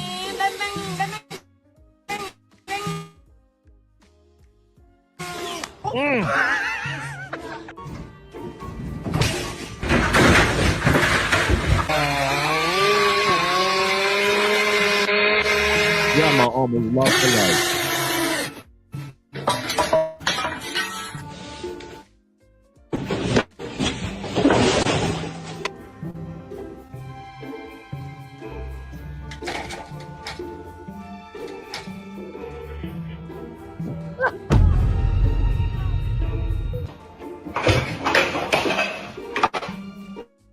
Oh my God, we're gonna need a man.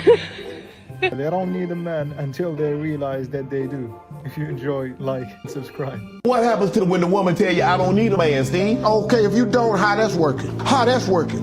Who don't need no man? I'm independent. I can do for myself. Yeah, why do you want to? Yeah, okay, you can drop a transmission. You can sandblast your house. But hell, do you want to? No. If somebody could get out there and drop this transmission for you and sandblast your house, why don't you go get your nails done? I'm not trying to reduce a woman to nothing else. Be all you can be. But damn, who don't need a man? That's a lie. We don't need men. We don't want men. Actually, you do need men. Like, actually, we cannot pretend physically, like, biology exists. Like, this is not a good platform to have abolished men. Like, we don't want any more men. I am tired of this movement that we don't need men. Who's coming to fix your toilet? Who's coming to fix the electrical at your house? Half the dudes that are in their 20s can't even hang a photo on the fucking wall right now. If you are a dude who is in the trades, I see you, I love you, and I appreciate you. And I want you to know that there is women out in the world that do stand and fight for you. I am one of them. Do we need men? No. Do we need men? Honestly, no. Do we need men? No. Why? Suck. 92% firemen, 85% of the military. One of you guys just said 20%, so we'll even it out with 80%. 91% of the pilots. If just the men pilots strike, if just the men pilot, men in all these, let's go back a little bit. Bring this beat back. No. Do we need men? No. Why? Because they suck. Men make up 85% of the military. One of you brothers said, like I said, 20% are women. I'm going to balance it out and say 80% of our military all branches are men. Construction. Let's round it up. 99% of all the construction that takes place from our bridges to our freeways to our homes, men. All the Wi-Fi, all the fiber optics, men.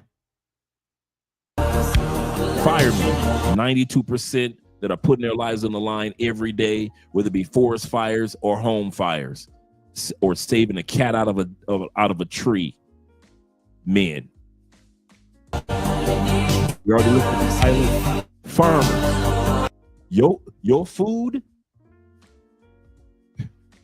old school farming. 82% of the farmers that own land and are farming the land in the United States are men. Landscape, well, like I said, I haven't met a female that did landscape. I saw a bunch of females that do gardening, like my grandmama and my mom were gardeners, but I haven't seen any landscapers. Only 10% make up landscaping. Carpentry, like Jesus. All the carpentry of anything that's been built and designed to be built for homes, as well as parts of the home, men.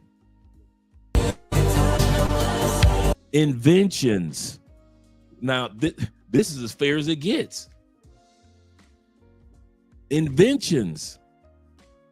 Something that just comes from the brain, that comes from the mind.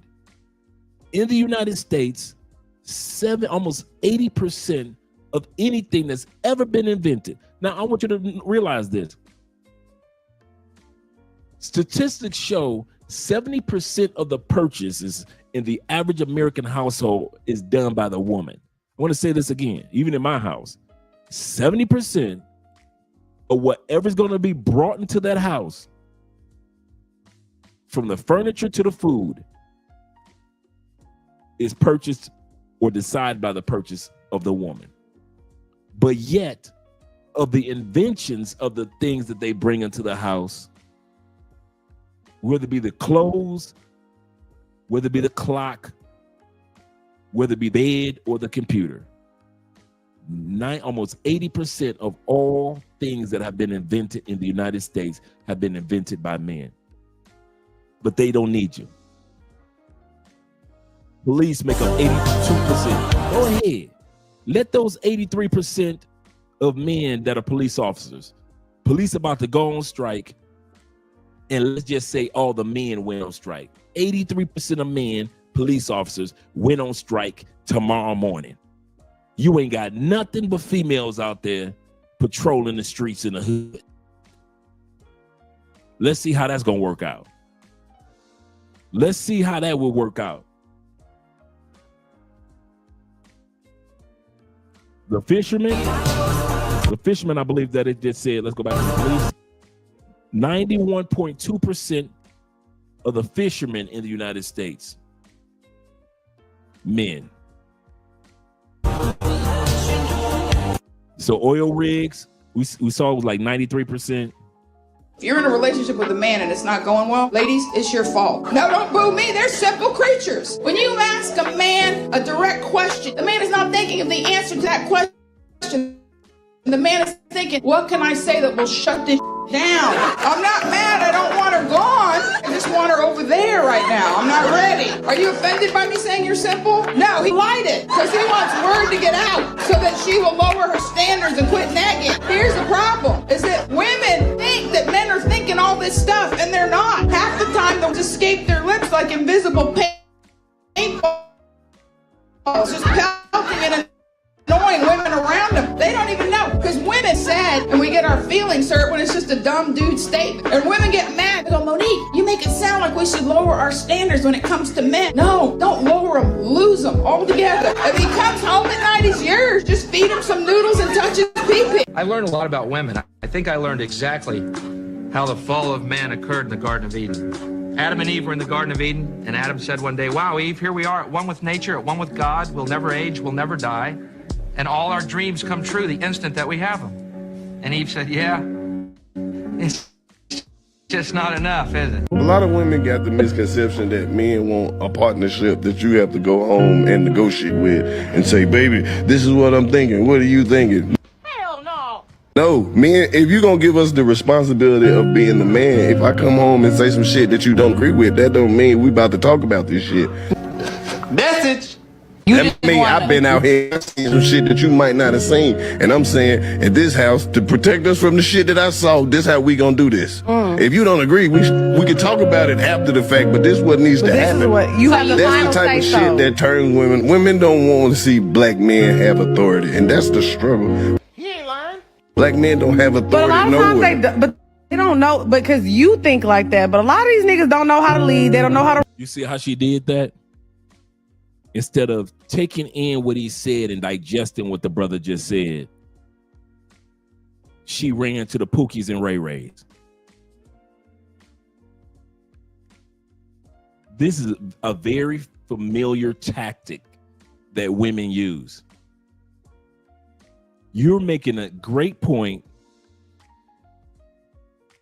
and their counterpoint is what Pookie did. Yeah, there are good men out there, but there's some men that like to put their hands on women. That's Pookie.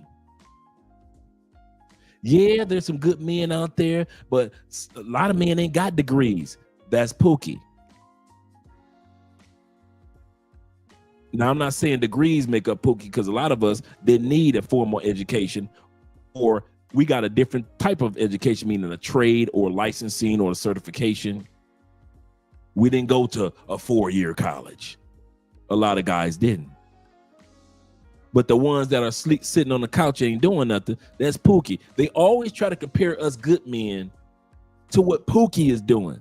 80% of men are some really good dudes, but they always want to run to that 10% ninjas and compare us to what Pookie is doing. This man made an excellent point, and instead of digesting it and saying, you know what, that's a good point, she ran to the Pookies.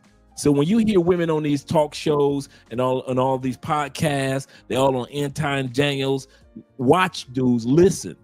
They've got a format, a routine that they use. And one of the routines is they'll compare us good dudes to Pookies. Another one is when you hear women always say, what do you mean by that? Define that. I know women in Pookies that do that. This man is talking about being a leader in the house. This is another woman tactic. Define leader.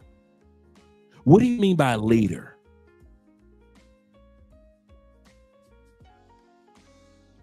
If I say the word Pookie, it's brothers in the States I've been on panels with that said, well, define what you mean by Pookie. That's another deflect tactic. When you hear people on panels say, define that for me. You grown like I'm grown. You got a dictionary like I got a dictionary. You can Google like I can Google. Why should I define something for you? The white boys don't be in. Notice our white brothers. I ain't never seen a white boy on a panel on CNN, MSNBC, YouTube, TikTok. You know what? I don't agree with that. Define what you mean by the Trump theory. White boys do not be wasting their time deflecting by saying, well, what do you mean by that? Define that for me. Pookie does that, and feminists and modern women do that. That's another tactic that you're going to notice on a lot of panels. Women will automatically say, if they got nothing to say, they'll ask you to define it. A third one that women use when they're on panels or where they can't make a point. They'll swing the pendulum to the extreme. You'll say, you know what, ladies? Like Kevin Samuels used to say, you should get with an average guy who's out there with a good job. He's a positive dude, and he wants to be a family man. I need a man that makes $100,000. You saw how they swing the pendulum? I need a man over 6 feet swinging, knowing that statistically less than 10% of men in the United States make 100,000. Less than 14% of men in the world are over 6 feet. But they will swing that pendulum to the extreme. There's some good men out there, ladies. Yeah, but my cousin, when she was with a dude, he took all the money out of her bank account. That's another tactic that they use, but they don't have anything to say. They will swing that. I'm a Libra. We used to that scale, that pendulum. So if don't nobody recognize the pendulum when it's being swung, it's us. Shout out to you Libras out there. So we recognize it. Like, wait a minute, he talking about this. She'll swing that pendulum all the way to the extreme. I know a guy. He been with a girl for 12 years. He wanted all the marriage rights, but he didn't want to marry her.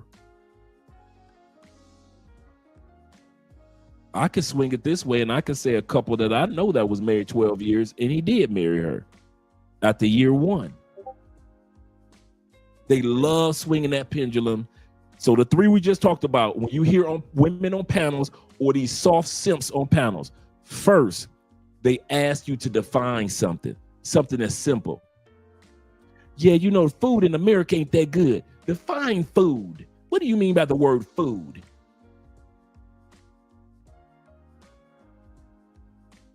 The next one, like I said, they'll sit back and they'll swing that pendulum.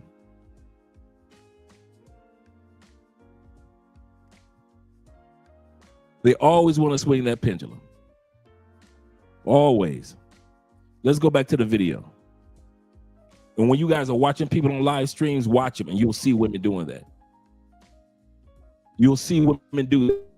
Swinging that pendulum, it means comparative shopping too.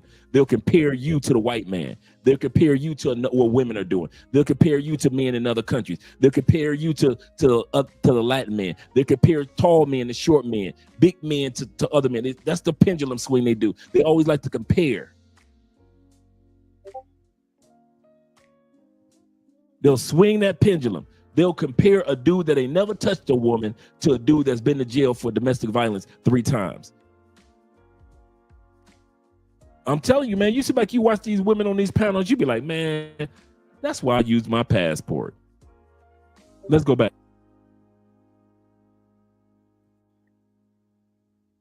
See, that's what I just said. God damn it! You can't make this shit up. No, but they don't know how. So you think women always got a rebuttal? Yes. Then that it's like we rebuttaling right niggas now. don't know how to lead. Well, what are they doing then? Being ain't shit. You talking about 3 niggas you had a bad interaction with, you gonna wipe that on all the other? I sentence you to 500 lashes. You have to change your mindset on what you think you want. If you're looking for just straight companionship and love with no reciprocal as far as the finances, then that's out there. That is out there. That's out there. But you got to realize that man that you're trying to pursue, he's got all the expat women. And he got all the other women from other countries. And he got the Panamanian women. And we're talking anywhere from 18 on up. Yeah. And it don't matter what his age is. Go to any of the Panamanian and go to any of the expat women that are on YouTube that you know are single. They publicize that they're single. And ask. Ask them. How's the dating life? I hope they really answer the question in a realistic form. It is the women are the majority of the people that are there. Black women are the majority of people that are there. And the dating pool is not abundance in the men. Most of those men in those roles, earning those type of incomes, living that type of lifestyle that I was familiar with, were taken. Guys, meet Ashley in Africa. She's an African-American YouTuber who currently resides in South Africa, but for some time she lived in Tanzania.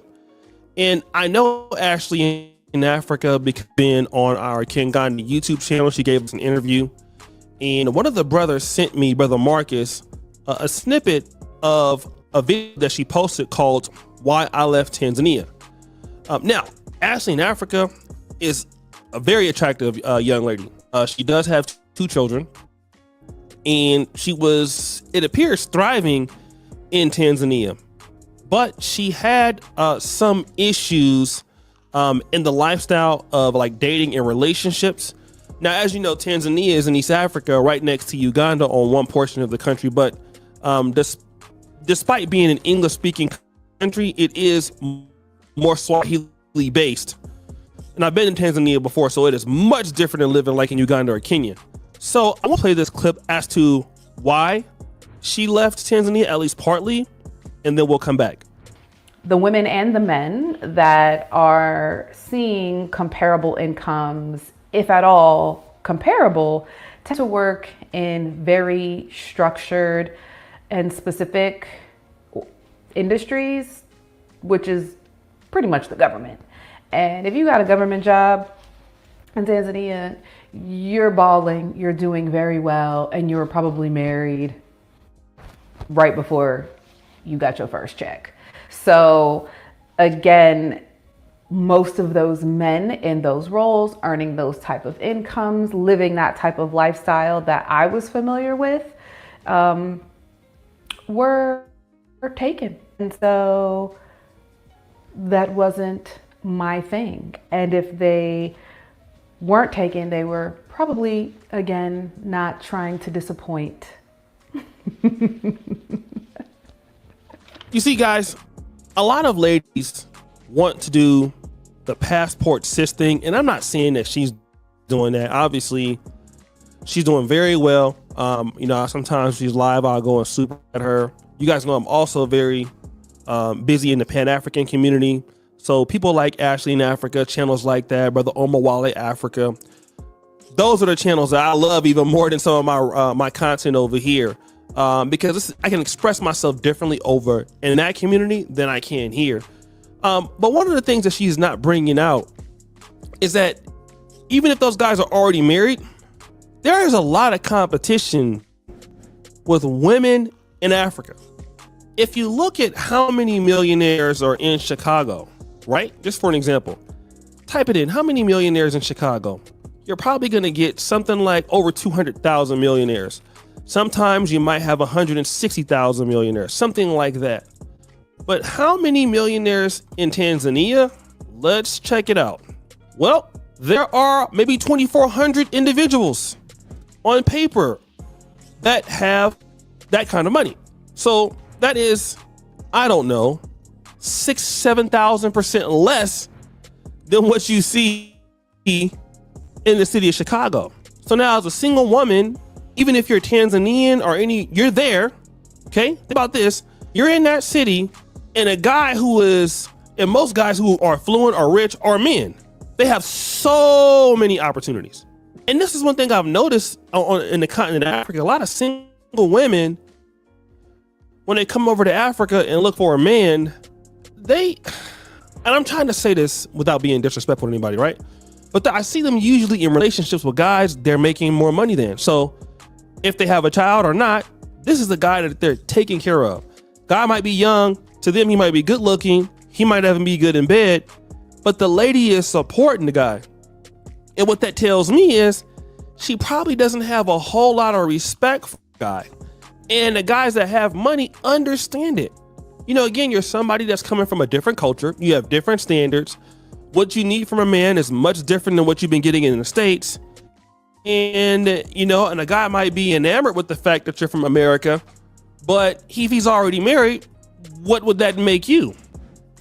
It would make you possibly, if he deals with you, a temporary or a permanent side chick. So what O'Shea is basically saying about women in the States that go to these other countries, one of the things that they don't want to admit to themselves is if they want money, men that make the type of money that we make in the United States, whether you're in Africa, whether you're in Panama, you're going to have to share, because the dudes, it's more abundant to find men that make a decent dollar in the States. Even though women try to complain about our money, it is more prevalent to find a man in DR, UK, or Canada that makes decent dollars that could take you out on those $200, $400 dates, compared to you in Tanzania, and the few dudes that can afford to take you out on those type of dates, they got options. Whether it be American dude that moved over there or whether it's a guy that lives in Tanzania, this dude's got options. He's making that type of money that the average American makes. He's a king over there. Same thing in Colombia. When you got Afro-Colombian brothers that do have money, them dudes own property over here. These dudes have options of some of the most gorgeous women down here. They could care less about some American female that comes down here and wants to be a part of his harem. That's the best you can be, is a side chick to some of these dudes. I got me American chick and I got me 2 Colombianas that I'm smashing. That's what these dudes do. You just a part of his harem. Like Jay-Z was talking about all the women he had in the song 99 Problems. In the song 99 Problems, he talks about all these different women from different races. That's what you gonna be in Tanzania, just another chick from another culture that he's smashing because he got that type of money. So it is down here. So O'Shea is saying, listen, he said in Africa, no matter how good you look and how much money you got, if you coming from the States, ladies, it's gonna be hard treading to try to find the type of dude that you could have stayed home and found while you were still in the United States. That's what his point is. And if you're looking for somebody to marry you, it's probably going to be difficult because you don't know the culture. You would be a foreign. And for what your needs and desires, what it may be in a Western mindset, because, you know, look, we're going to be real. I'm an American living in Uganda, but I don't live like somebody that's, I would say, that grew up here. There are certain things that I need. Even for rich people, I might have certain desires that I need for my culture in America as an American that somebody who's rich here probably don't really look at it that way, don't need it. Like I need fiber internet. That might not be necessary for somebody who's rich here.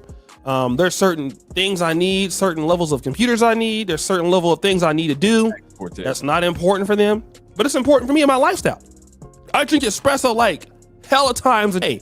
That might not be something that's important. I have an American chef, right? I need to have my American style food every day. That's not important for a lot of folks.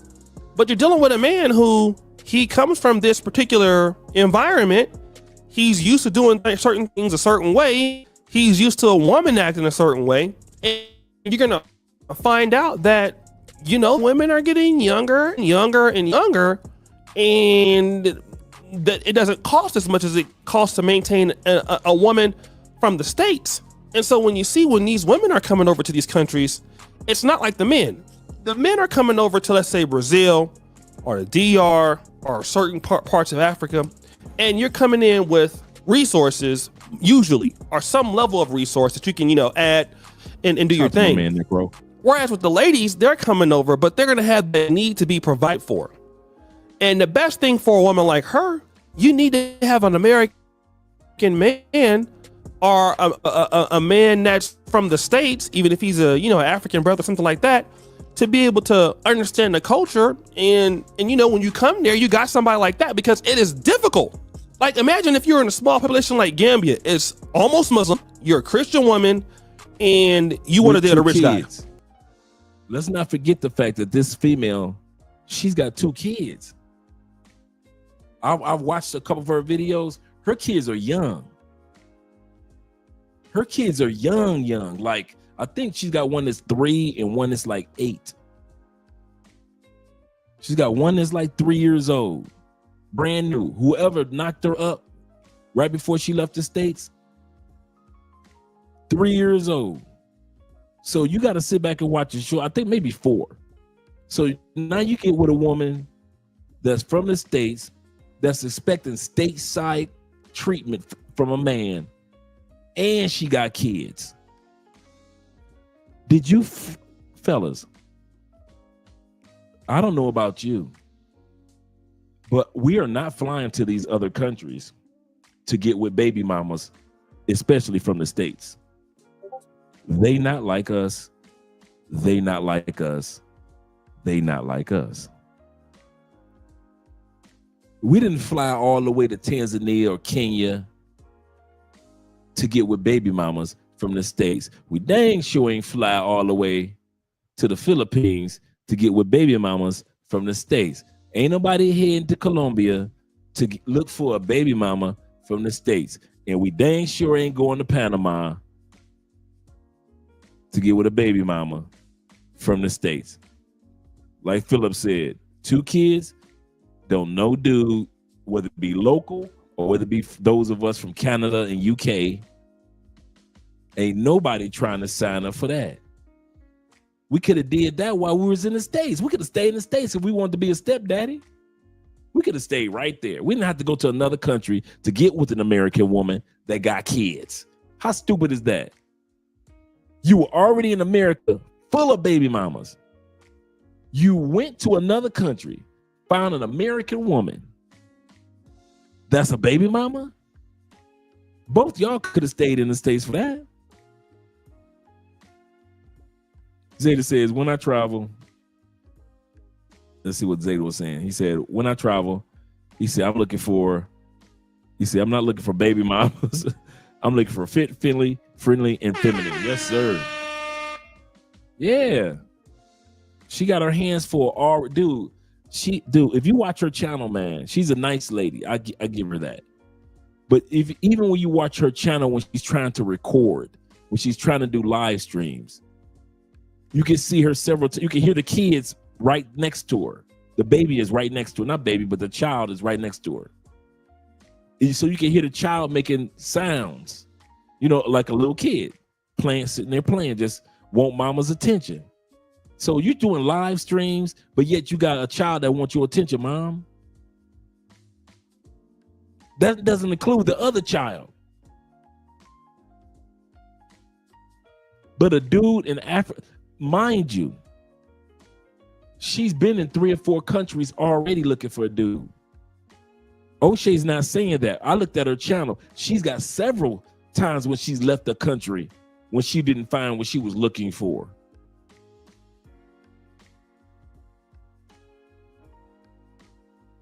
Boy, these sisters, boy, they doing it bass backwards, man. They really do need to stay in the States. Yep, they don't have to leave the block. They could have stayed right there.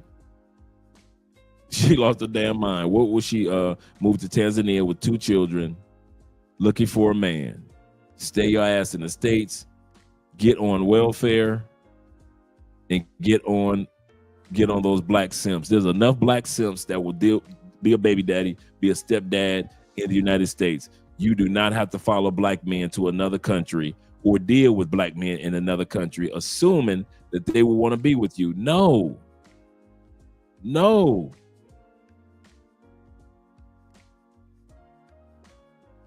Could be. Let's continue on with the video. Let me tell you this, man. I've seen some guys here on the continent. These guys are like gods, man. Rich guys are like gods. And I'm telling you, seriously, they have a lot of influence. They have a lot of power. I mean, they can just, the things you think that you can do in America, man, when you're rich in Africa, it's a different ball game, man. These guys here are really getting after it. You know what I'm saying? They got, all sorts of wealth when they're on top. They can do things that you can never do. I mean, you can get insane kinds of money. But that's what you can do when you're in the game like that. And so, you have options of all kind of ladies. And these ladies also, and she's very beautiful, actually, in Africa. I'm just using her as an example. But ladies like in Tanzania or in Uganda or in Kenya, I mean, in South Africa, these women are extremely beautiful, extremely fine, a lot of diversity. Rwanda, oh my God, I was in Rwanda in November. Man, I'm talking about super bad, bro. And I'm talking about like a guy knows that. A guy who's made it, he knows that. Like, why did I marry you or deal with you when, you know what I'm saying? Right here, I'm the man. Yep. Like, add it up. And that's something that a lot of brothers don't really talk about publicly, but I've seen it. Guys know they're the truth when they're here. Same thing in the Dominican Republic, Brazil. You got it made there, man. You're like a god. I'm not talking about a foreigner. I'm talking about a local who's rich made it. And then he can't get done. Yeah. anyway, I hope that this gave you a little insight as to the dating scene. So in other words, the moral of the story is don't come to Panama with the same bull crap that you in the United States with, thinking you're going to find something different. Yeah, the 6-figure dude is probably, you're not going to find him. He ain't going to be 6 feet. He ain't going to be 6,000. So, 6,000? That's, ooh, she cold, man. Ooh. It ain't. As long as you understand that, then you good. Yeah. Then your life is good. Yeah. You are great as long as you understand that. But we're being real. Being real. So until next time, like, share, follow, comment, and subscribe. Subscribe. That's his new one now. I'm gonna let him do the subscribe. Yeah. Subscribe. Wait. In fact, pause right now and just go up there and check that. Put that button. Subscribe. Press that button. Help us out, y'all. Help This us. channel is called The Butlers. I mean, them Butlers. DEM Butler. Really good couple. So if you want to subscribe to their channel, definitely, man. You will find out a lot about Panama through this couple. They're all over the place. They're out there. They are out there. And so a lot of women that they've observed are not the women that are winning. They're not the women that are winning. Philip says this. He said, these African women in Uganda, Ethiopia, and South Africa are ridiculously fine. He said, but they try to get you to do what the Saturday Night Fever simp walk. Yeah. That's because they've been too busy watching American television. They've been watching American television shows, been watching America. Yeah, them butlers. It's all one. It's all one word. Them butlers. It's all one word. They are country as can be, but they are correct as can be. They are correct as can be. I didn't want tonight's live stream to be too long. You know, we say the long was for the weekends. But I did want to encourage you guys to let you guys know they not like us. They not like us. They not like us. They can go to these other countries more than we do. They can travel more than we do. They travel 3 times as much as we do. They could try to come to Colombia and hang out at the festivals. There aren't too many sisters that live in Cali. There are a few, but not too many. There are more sisters that from the States that live in Medellin. They come to Cali a lot. Like I said, they come to Cali for surgeries. They come to Cali for the You'll see a bunch of sisters from the States for the Afro-Colombian Festival. But as far as like living here, it's not that many. And then they'll come here and they'll blend in the Afro culture, you know, the Afro-Colombian culture, which is cool. But they have to because the African-American male culture don't deal with them. I'm gonna say this again. There are a few brothers down here, they cool with the sisters that come from the States. I'm gonna say that again. There are a few brothers down here that when the sisters come down, they show the sisters a good time around Cali. I ain't one of them. This ain't hating on sisters. I just ain't got no time for them because a few times that I did try to help sisters out, they made they acted a fool. And so I told myself, when it comes to black women from the States, I don't say nothing to them. Like I said, I got that one couple that's a friend of mine that she came down and she's married to a Colombian dude, and both of them are a really good couple. Other than that, I don't talk to no sisters from the States. They know better to say 2 words to me. I don't say nothing to them. The reason why, we all know. They bring that same behavior, same mindset that they had before. I remember one time we were at a restaurant before I let you guys go. A bunch of us brothers were at a restaurant, really nice restaurant, and we saw a sister from the States, and we like, she's sitting over there by herself, and we asked her, you know, you want to sit down, hang out, sit down, just converse. She got all snooty and attitudey as if I'll say, wait a minute, sister, you must still think you in the States. Thank you very much, brother. You must still think you're in the States. You're the one sitting over here by yourself, lonely, not us. But we're about to let you go. We ain't trying to hear your rebuttal because we don't care. Like Stephen A. Jackson, we don't care. And so we just walked back to our table and had a great time and left her lonely ass where she was. And that's happened a couple times to where we brothers try to get some advice to a sister from the States, but they think they know. Let them alone. Like I said, there are a couple brothers that are down here. They love being with sisters from the States. Me, I got partners down here. I tell you how I am. I got partners down here. I'll hang out with them year round. Afro-Colombian Festival come, I don't say nothing to them. They don't say nothing to me. Why? They like to hang out with a bunch of sisters from the States, and I don't. So I hang out with you guys. They hang out with you guys and sisters from the States. They like to showboat and showcase to the sisters from the States. Look at Cali, our city. Oh, I ain't got nothing against it. I'm hanging out with you dudes. I didn't come all the way and fly across oceans, come to another continent to hang out with sisters, fat sisters from the States. You won't be embarrassing me. I didn't hang out with fat chicks when I was in the States. You think I'm gonna be in South America around all these attractive women and be around a fat chick from the state? No. But I got some partners, man. They love being cool with sisters from the States. Like I said, we talk and hang out all year round. The Afro-Colombian Festival, we might see each other one time. We might see each other one. I'm talking about groups of guys. We might see each other one time because they like to hang out with the sisters from the States and showcase the city. That ain't me. I hang out with you dudes. I hang out with you dudes. And sometimes they be, oh, Dre, you funny style. You dang right I'm funny style. I'm not denying that I'm funny style to a sister from the States. You right. I'm not about to put up with them headaches that you put up with. I'm not about to put up with them attitudes that you put up with. I'm not putting up with that. They think they know everything to do. I did not move out the United States to one time ever again deal with the attitudes and the moves from some of our sisters. I said some of our sisters from the States. I did not move to another country to hit them mouths. I don't want to hear that. I didn't move to another country full of beautiful women to be around fat women. I did not do that. Some of you dudes love to be around sisters in Cartagena. Do it. Do it. But when you see me get up from the table and I disappear, it's because I'm funny style. I'm going to say that again.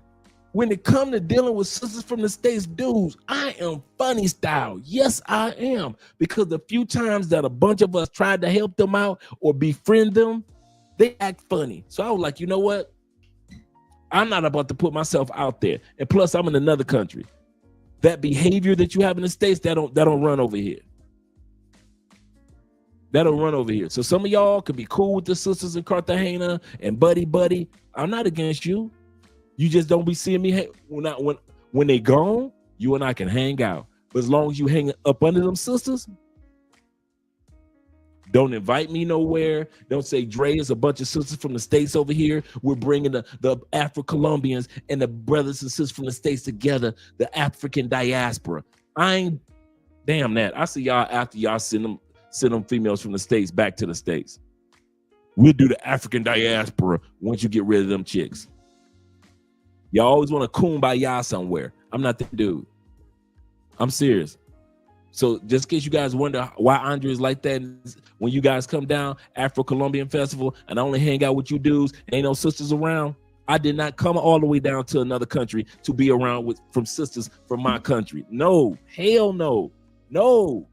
And some of y'all be seeing them sisters, oh man, wow, go on over there.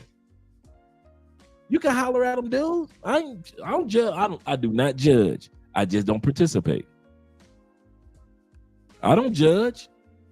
I don't judge my boys when they hang out with sisters from the States. I'm like, man, you need to leave them sisters alone. I don't do that. You'll never hear me say that. But you will hear me say, I'm funny style. I ain't coming. Dre, we having some sisters come over and we having a celebration of blackness. I won't be there. Not because of the blackness, because it's the sisters from the States. I won't be there. I'm gonna let you know now. I won't be there. Last time I was around a bunch of sisters from the States was my boy wedding, my partner and his wife upstairs. That's the last time I was around some sisters from the States. And you better believe most of us at the table, the few brothers at the table, we had our long-term girlfriends and all them sisters from the States that was at the wedding table with us were not happy about it. You had guys with long-term girlfriends. I was the married one. And then you had another brother that was there with his girlfriend. And then all these single women at the table. And you better believe them sisters were not happy to see black men happy at a wedding. Shh. You say, Andre, there's a substantial increase in numbers of black women visiting Thailand. Dude. All over TikTok. Bruh. All over TikTok. Black women moving to Thailand. They bringing their kids, their dog, everybody. All of that. I don't see how Colombia is number one. I don't see how Panama is number one. Right now, Thailand. There is a epidemic of black women that are moving from the States and are moving to Thailand. You know why? They've been following us brothers. They travel more than we do, but they travel sporadic places. They start watching you guys on YouTube and TikTok talk about cost of living and lives, and they think that, well, if the brothers say it's safe, then I'll go there. And now they're coming there in droves. That's another reason I love being in Cali, because they come for surgery, they come for the festival, and then they go home. And then they go home. I do not be around sisters like that, bro, from the States. Some of y'all love it. But like I said, I got partners down here. They love just showing the sisters around. Shit, not me. Not me. I'm telling y'all now. So when y'all come down for the festival, y'all don't see a bunch of sisters from the States in my face. No. No.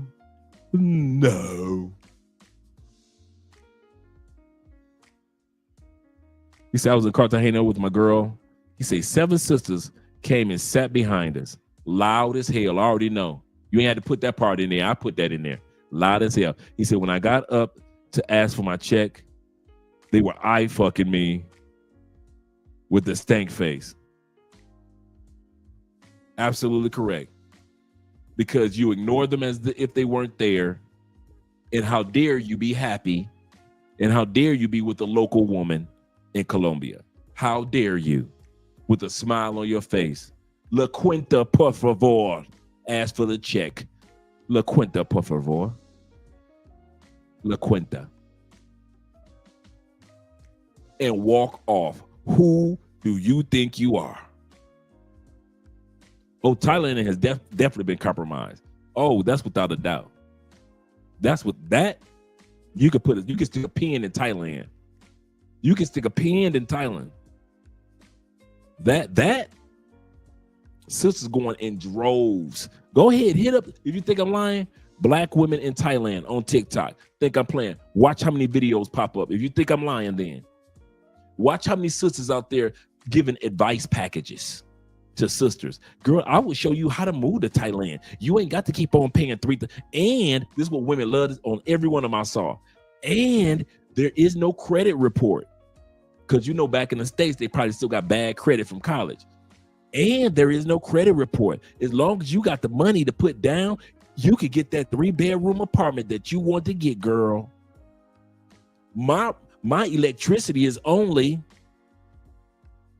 my cell phone cost is only, girl, get to Thailand. And they are coming in droves, man.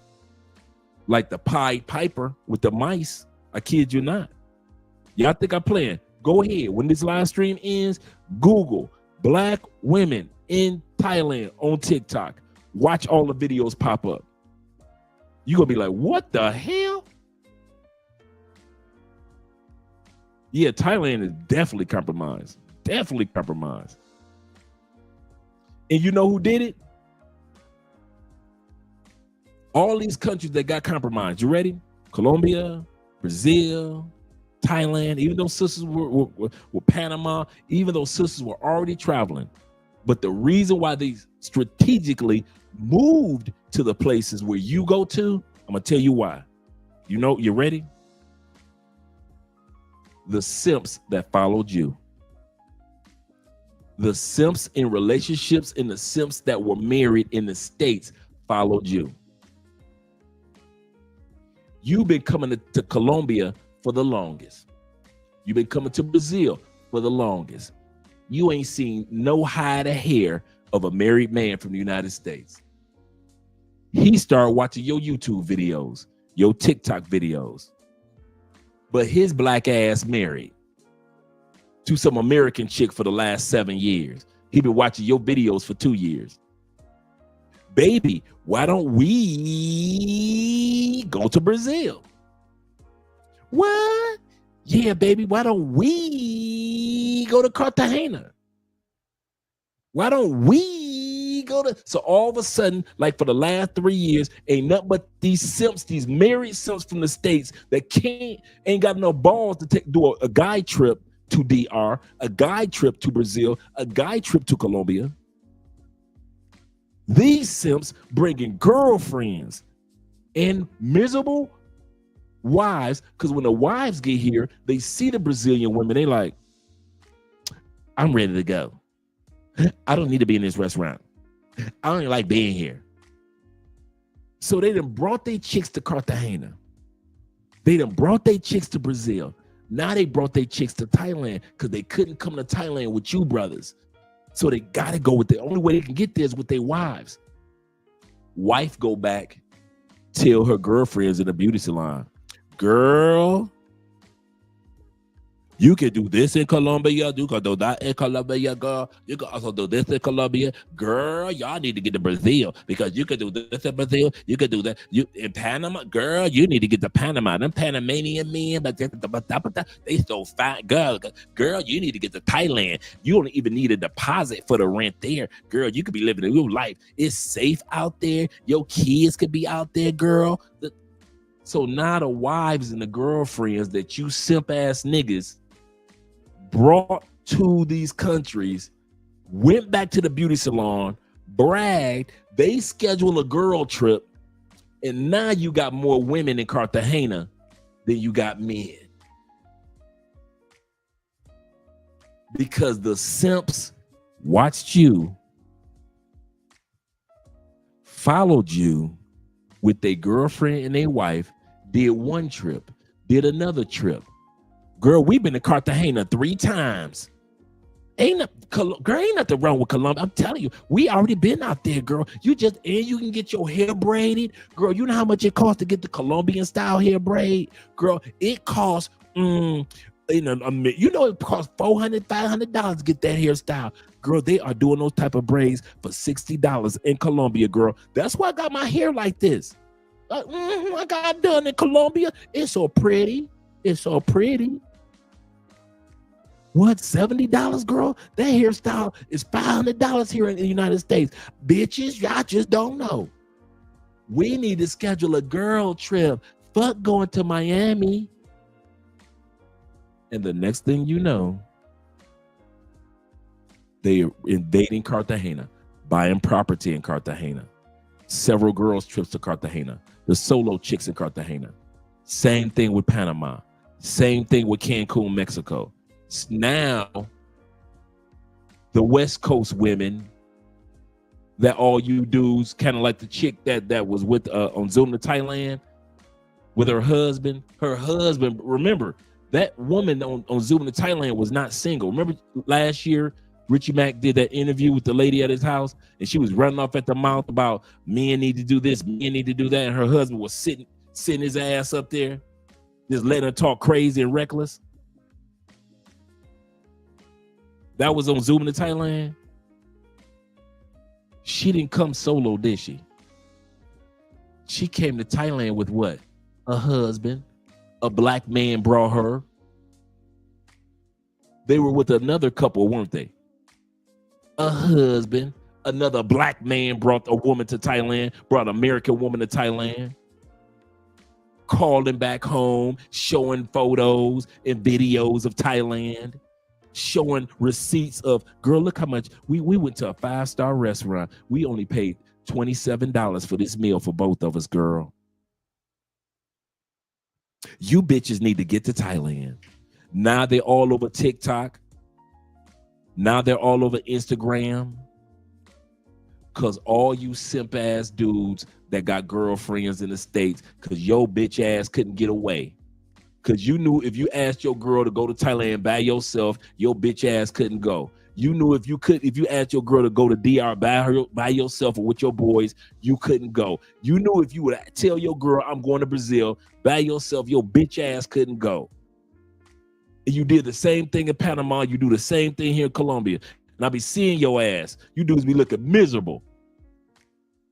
Cause don't nobody, if you ever want to see a lonely dude, I'm telling y'all something for real. If you ever want to see a lonely ass black man, see a black man that bring his woman to Colombia. Them niggas they mouth be poked out. What's up, bro? What's up, brother? Oh, how long y'all been down here? Man, we've been down here like 4 days. They be looking miserable. Like, why the hell did I bring this woman? I could be down here acting up. All these brothers sit around with brandy in their hand, smoking cigars, bad bitches everywhere. And I'm with her. I done brought her ass down here. And she went back home and told everybody.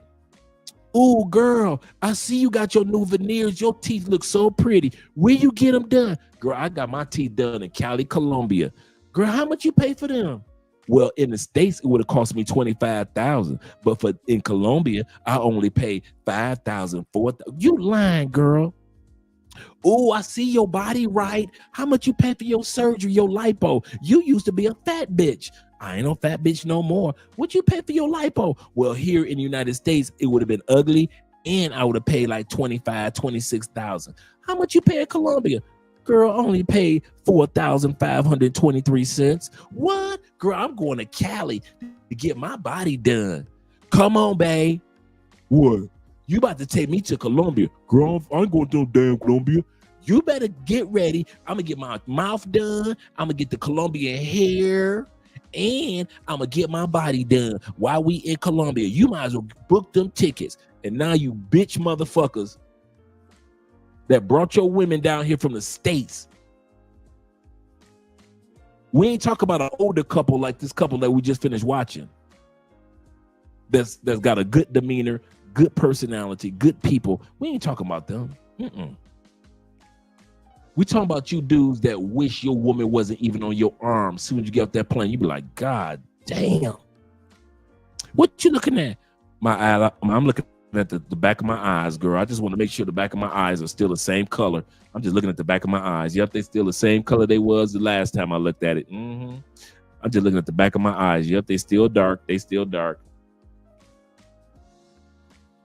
Y'all dudes be walking around with sunglasses on, dark than the motherfucker. Dark sunglasses on. Then you be walking around pretending like you taking photos or doing videos of the building. Ooh, baby, let's do some landscape. Ooh, wow, baby. Wow, that's you ain't doing no videos of the landscape. You got a camera right there and you just panning it, trying to get a photo of that fine Colombiana that just walked past. Ain't nobody tell y'all dumbasses. I'm gonna tell this to all you stateside, you plantation bros. Nobody told you. Nobody. You was the sucker that tried to bring an American woman to South America, to Southeast Asia, to South Africa. You was the sucker. So because you sat around with your mouth poked out, you ain't coming to Colombia. Simp, don't talk. None of you simps was coming to Colombia prior to us. None of you brothers. Okay. Was you coming to Colombia when the black women were coming here? Black women been coming to these countries longer than black men, right? Were you going to Panama when it was only black women going to Panama? They've been going before us. What about Cancun? Sisters been going to Cancun before black men. What about Africa? Was you going to Africa when sisters go? You went? What about you weren't going to Asia? None of that part. Malaysia, Cambodia, sisters been going out there. Oh, your bitch ass coming to Thailand when after brothers start going. You start going to DR in all these Caribbean islands, because sisters been going to Caribbean islands for the longest. You weren't going with your girlfriend when sisters was going. What made you start taking your girlfriend to DR? Once you saw us brothers in DR, once you saw us brothers in Brazil, once you saw us brothers in Colombia, that's when your ass started following us. You could have went to any fucking country in the world, but you followed us to Colombia.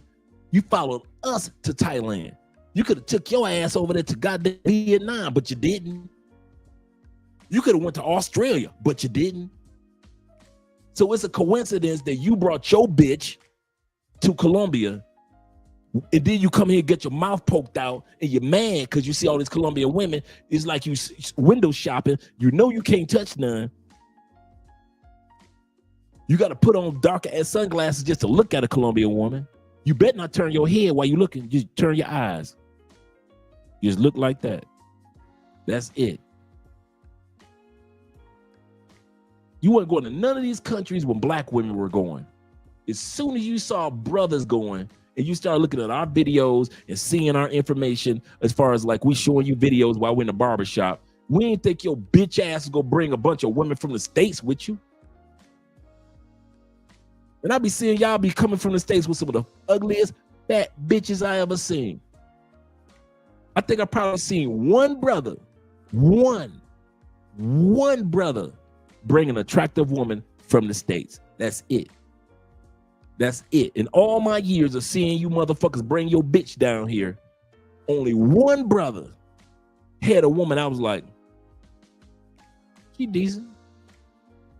Other than that, none of you. I've been down here for the Afro-Colombian Festival, 300,000 people every year. I ain't never seen y'all bring a bad bitch down here.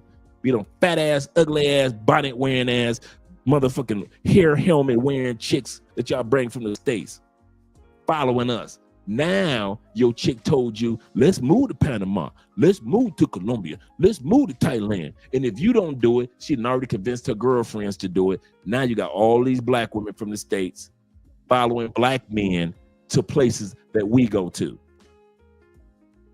And now they got their mouth poked out, jealous because they can't do, they not like us, they not like us, they not like us. Because they aren't like us. It didn't work out, and it's not working out. Black women from the United States can make friends in all these countries. Yes, they can. They can make some good friends. They will be able to get fucked in all these countries. Yes, you will, sister. If you're just looking for some dick, you will find it in these countries. But y'all looking for a man. You looking for Boaz. You looking for your man. There is not a country in the world other than the United States where people are looking for mass black women or white women. Ain't nobody looking for your ass. Nobody. Nobody looking for all the Canadian white women. Ain't nobody looking for you. Ain't nobody looking for you, all Canadian white women. I mean, black women. Nobody. All you sisters from the UK, ain't nobody looking for your ass. Ain't nobody looking for no damn a mass amount of UK women to land in their country, whether it be white or whether it be black.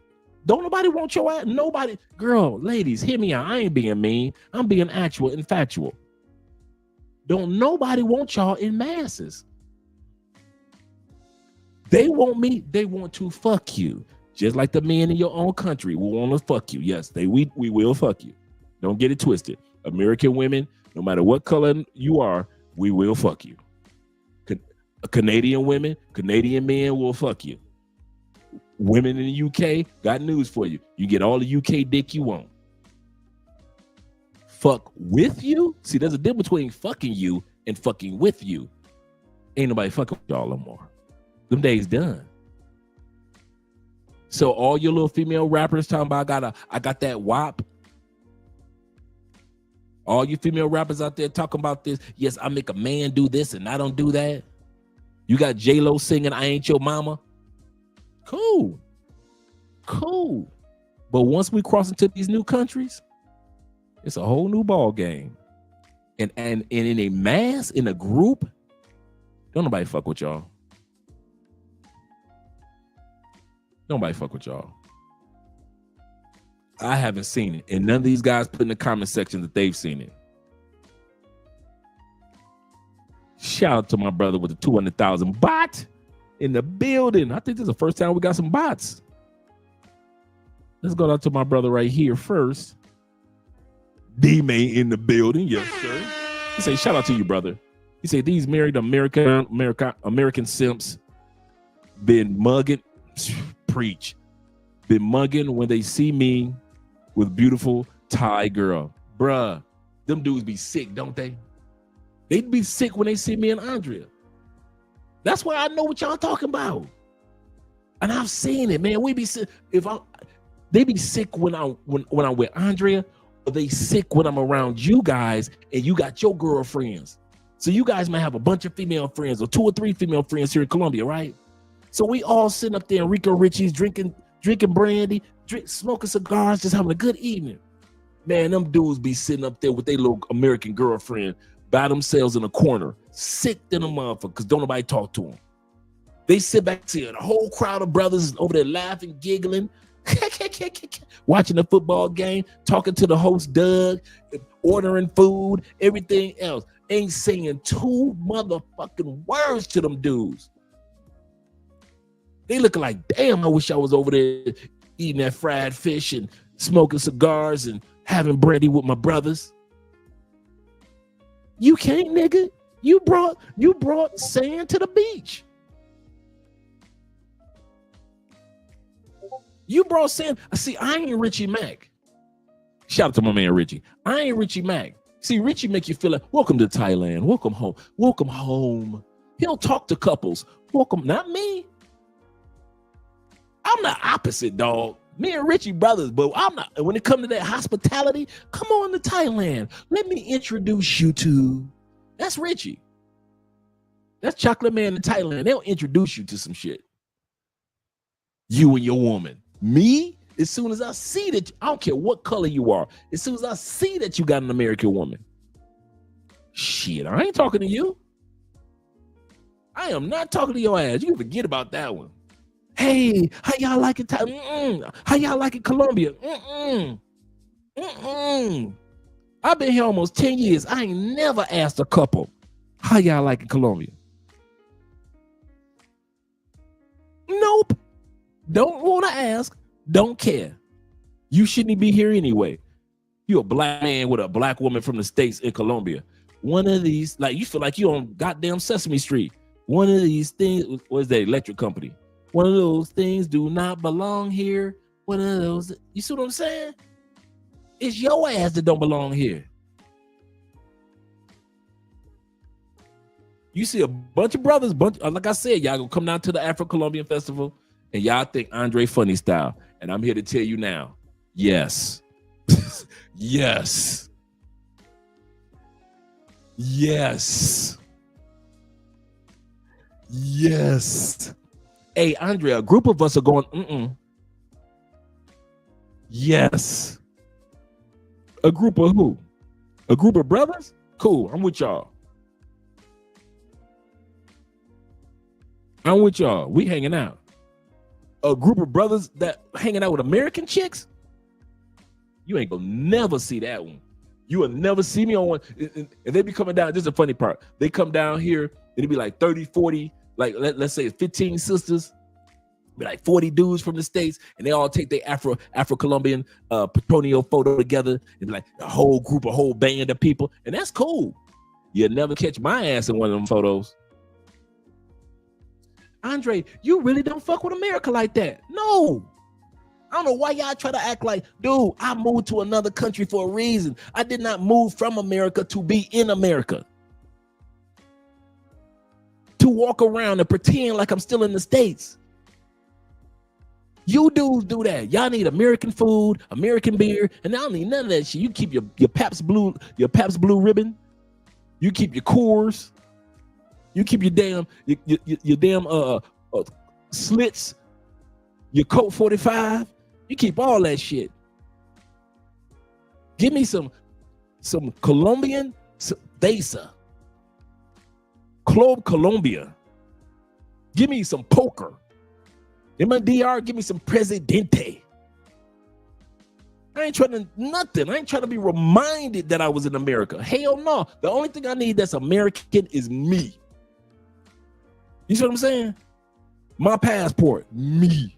My ID, me. My social security card, me. That's the only thing that I need to be American. And when I hang out with you dudes, us. But to be coming to another country and pretending like I want to build a mirror land, hell no. Hell no. It took me 50 years to get away from y'all crazy asses in America. To get away from the Trumps. To get away from everything got to be race. To get away from, if you're going to be with me, you got to be over 6 feet. I'm over 6 feet and I don't want to fuck with you. Yes, I am funny styled and a motherfucker when it comes to Americans. Yes, yes, yes. I love Americans. I really do. I am American. My country 'tis of thee, sweet land of liberty. But that doesn't mean I want to hang around with a bunch of American chicks with an attitude. Hell no. What for? No, I do not do obesity. I do not hang out with fat chicks. I didn't do it in the States. Now damn sure ain't doing it here. Y'all do that shit. It'll never be no badass. Like when the last time y'all been in Cartagena and you saw like 15 badass American chicks walking down the street in Cartagena? Like, damn. Never. When the last time you been to Medellin and you been in the mall and you see like 5 American chicks, you be like, God damn, they fuck. Never. When the last time you Cali dudes, you saw in the club 3 badass American chicks? Never. Now, when was the last time you've been walking through Cartagena and you saw 5 to 10 fat ass American chicks wobbling their ass through Cartagena sweating? All the time. Medellin, all the time. When they need some surgery in Cali, all the time. The same chicks that I didn't deal with in the States. I didn't deal with fat, sweaty chicks in the States. You dealt with them. You slept with the fat girls in the States, not me. But she was cute, but she was still fat. But she was cute. You dealt with fat girls. You got fat chicks that you go out and hang out with in the States. That wasn't me in the States. Like I said, the number one thing that's going to make you comfortable in another country is being yourself. And since Andre wasn't hanging around with fat chicks in the States, I'd be dang if I hang out with a bunch of fat chicks other than telling them about Jesus. I will minister to fat chicks. You know, the Lord would not want you to be this big. Rebuke those calories. In the name of. Other than that. No, Poppy.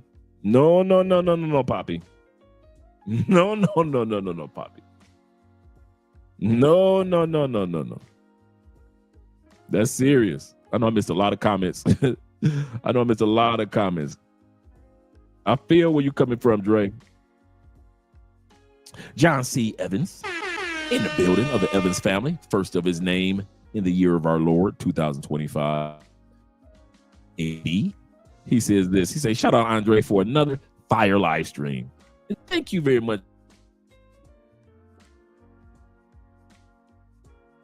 Maybe the first.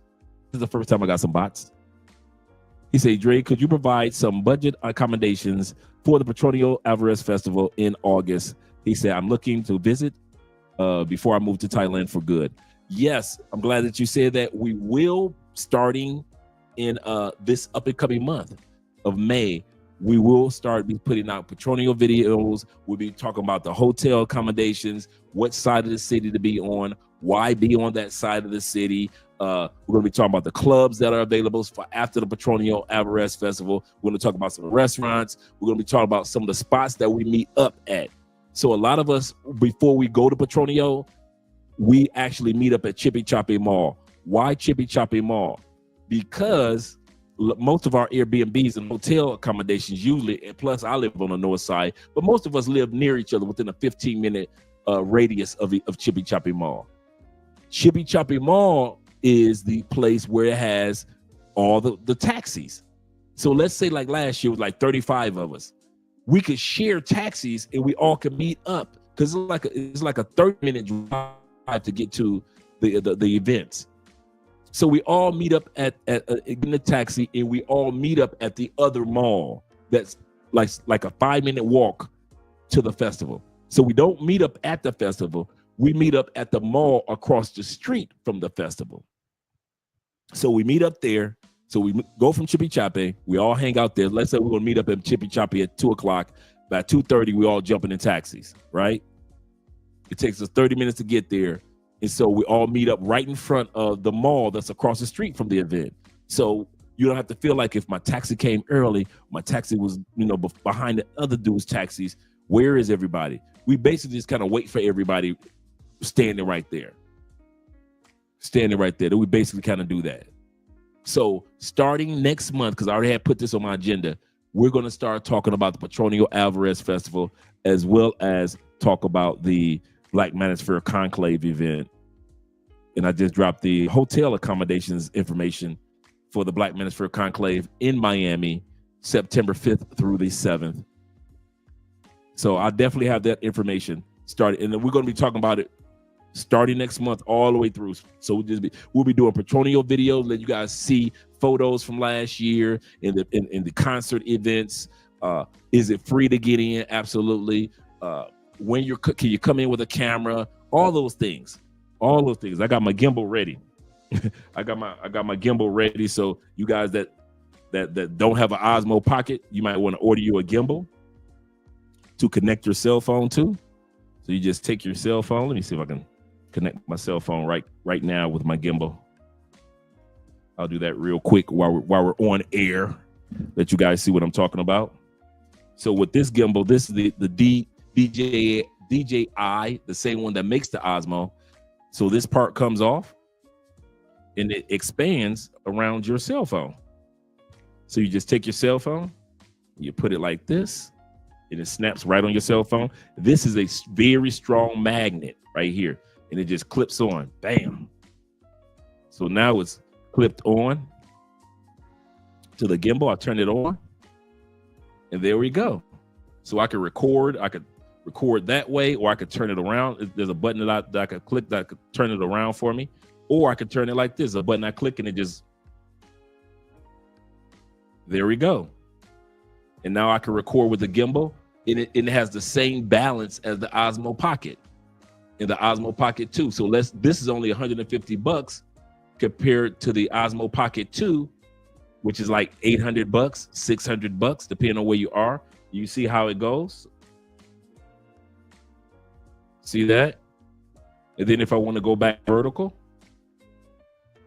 bam, I just clicked the button and it took me back vertical. And then there's a button right here that lets you move it up or move it down, move it up. And also this collapses right here. If you want a longer handle, this collapses. And it also collapses down further. This is the cool part about it. It collapses down further. So you be able to have a stand. So if you want to just record while you're sitting there eating dinner, you can record while we're all at Petronio Alvarez Festival. You just have your phone sitting there, and then you say, well, I want to record it the other way. You click the button twice, and now it's recording the other way while it's just sitting there. Yep. And so that's the cool part about having you a gimbal arm. Like I said, it was only $150. I'm going to find out which one I had. Like I say, starting next month, which will be in 2 days. 2 days or today? Well, actually tomorrow, starting on a live stream on Friday, we will be discussing the Petronio Alvarez Festival and all the details and things like that. But you definitely want to get you a good gimbal. And like I said, this one also connects. Let's say that you want to get a higher shot because your arm only goes so far. So give me a second. I've got this arm, and this arm expands really far, right? On the bottom of here, through. See? So if I don't want to use it for legs, I just screw this bottom right here. Now I can expand this and I can get that above shot. And this goes way high. This is like a 7-footer, 8-footer. So I'll give you guys the information on this one. So when we're in Europe, I can really get shots. So while everybody else is at the Petronio Alvarez Festival and you're in front of a crowd of 5,000 people, 10,000 people, you're like, man, I can't get that shot. Don't worry about it. Get you one of these. Now you can definitely get that shot. And remember, it's a gimbal, so it's already balanced. So even if your arm sways, your cell phone is still going to be even. There you go. And then you can just unscrew this, put it back in your bag. And it has a C port right here, just in case you guys will wonder what the port is to charge it. It has a C port charger right here. And there you go. Push the button twice. Now go back the other way. Push the button twice. And it goes back the other way. You get a chance right here. You get a chance to see how much charge you have. And then the red button means turn it off. Let me put the red button. And it turns it off, turns the energy off. There we go. And then remember what I said earlier, this pops off, clicks on, clicks off. And then you turn this off once again. Now it's off. You see the lights are gone and you fold it up. Bam. You fold this up. You've got this. This can go in your pocket. This can go in your other pocket. And then you just take the clip off of your cell phone. And you can either keep this separately or you can pop this back on and keep it. That's strong. I mean, it's steady. You keep it together. And it has a little notch right here to let you make sure that you click it on correctly. So this notch right here is empty. There's a notch right here. It's kind of empty. And this one is the notch right here. And so it lets you know how to click it on correctly. Bam. And that's how you do it. I keep this in my bag with me all the time. And I keep this with me all the time. So these are the type of things that we're going to be going over. And I'll have the information for you for to use the gimbal, the hotel accommodations, and all those things. All of you guys that are looking to get a ride from me from the airport, our airport rides to and from is $200. I'll tell you what you get with your $200 with the airport rides. Okay, you ready? Here we go. Anybody that's done an airport ride with me know I am thorough. I do not just drop you off. Believe you me, and I don't just pick you up. The airport rides consist of, I pick you up from the airport. I take you to the money exchange or to the ATM. I take you, we're going to go get something to eat because I'm hungry. After that flight, we're going to go get something to eat. I take you to the grocery store. I make sure that you got your eSIM card set up or you get a regular SIM card. I recommend we're going to go over the next few months, we're going to go over eSIM cards and how to set them up. I'm going to show you step by step. We're going to do a live stream step by step that you guys will be able to have your eSIM cards already set up in your phone before you leave the States. We're going to do a show on it. So you will not have to say, you won't have to wait till August to do it. I'm going to say this again. Your eSIM card through Airlo that we use whenever we travel the world. We're going to do a live stream to where you guys, we're going to walk step by step by step. If there's 50 people on that live stream, all 50 of us will have our eSIM cards already set up in our phone for no matter what country we go to. So that's how I'm going to walk you through the process of getting it all set up, whether it be iPhone or whether it be Android, the Samsungs, right? And even other phones. So we're going to walk through that as well because that's important. So that's another thing I do.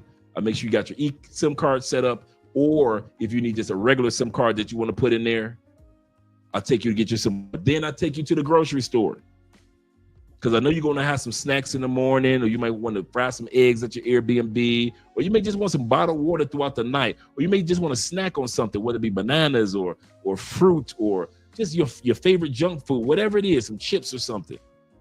You like, I'm in Colombia and I'm thirsty. I wish I had some bottled water or a bottle of something to drink. It's the first night. Then I take you to your Airbnb. I don't drop you off at your Airbnb. Anybody that knows, I do not do drop-offs at Airbnbs. I get out of my truck and I make sure that you are in your Airbnb. I'll tell you the story why. One time I picked up a brother from the airport. It was like 9 o'clock at night. We got to his Airbnb from the airport because he was a little further out. We got to his Airbnb maybe 10 o'clock, right? 10:30. And we're trying to get in. He's got the code to get into the Airbnb, but we can't see where to put the code in. It's at night. First time in Colombia. If he had went in a regular taxi, he'd have been stuck out there on the other side of the city.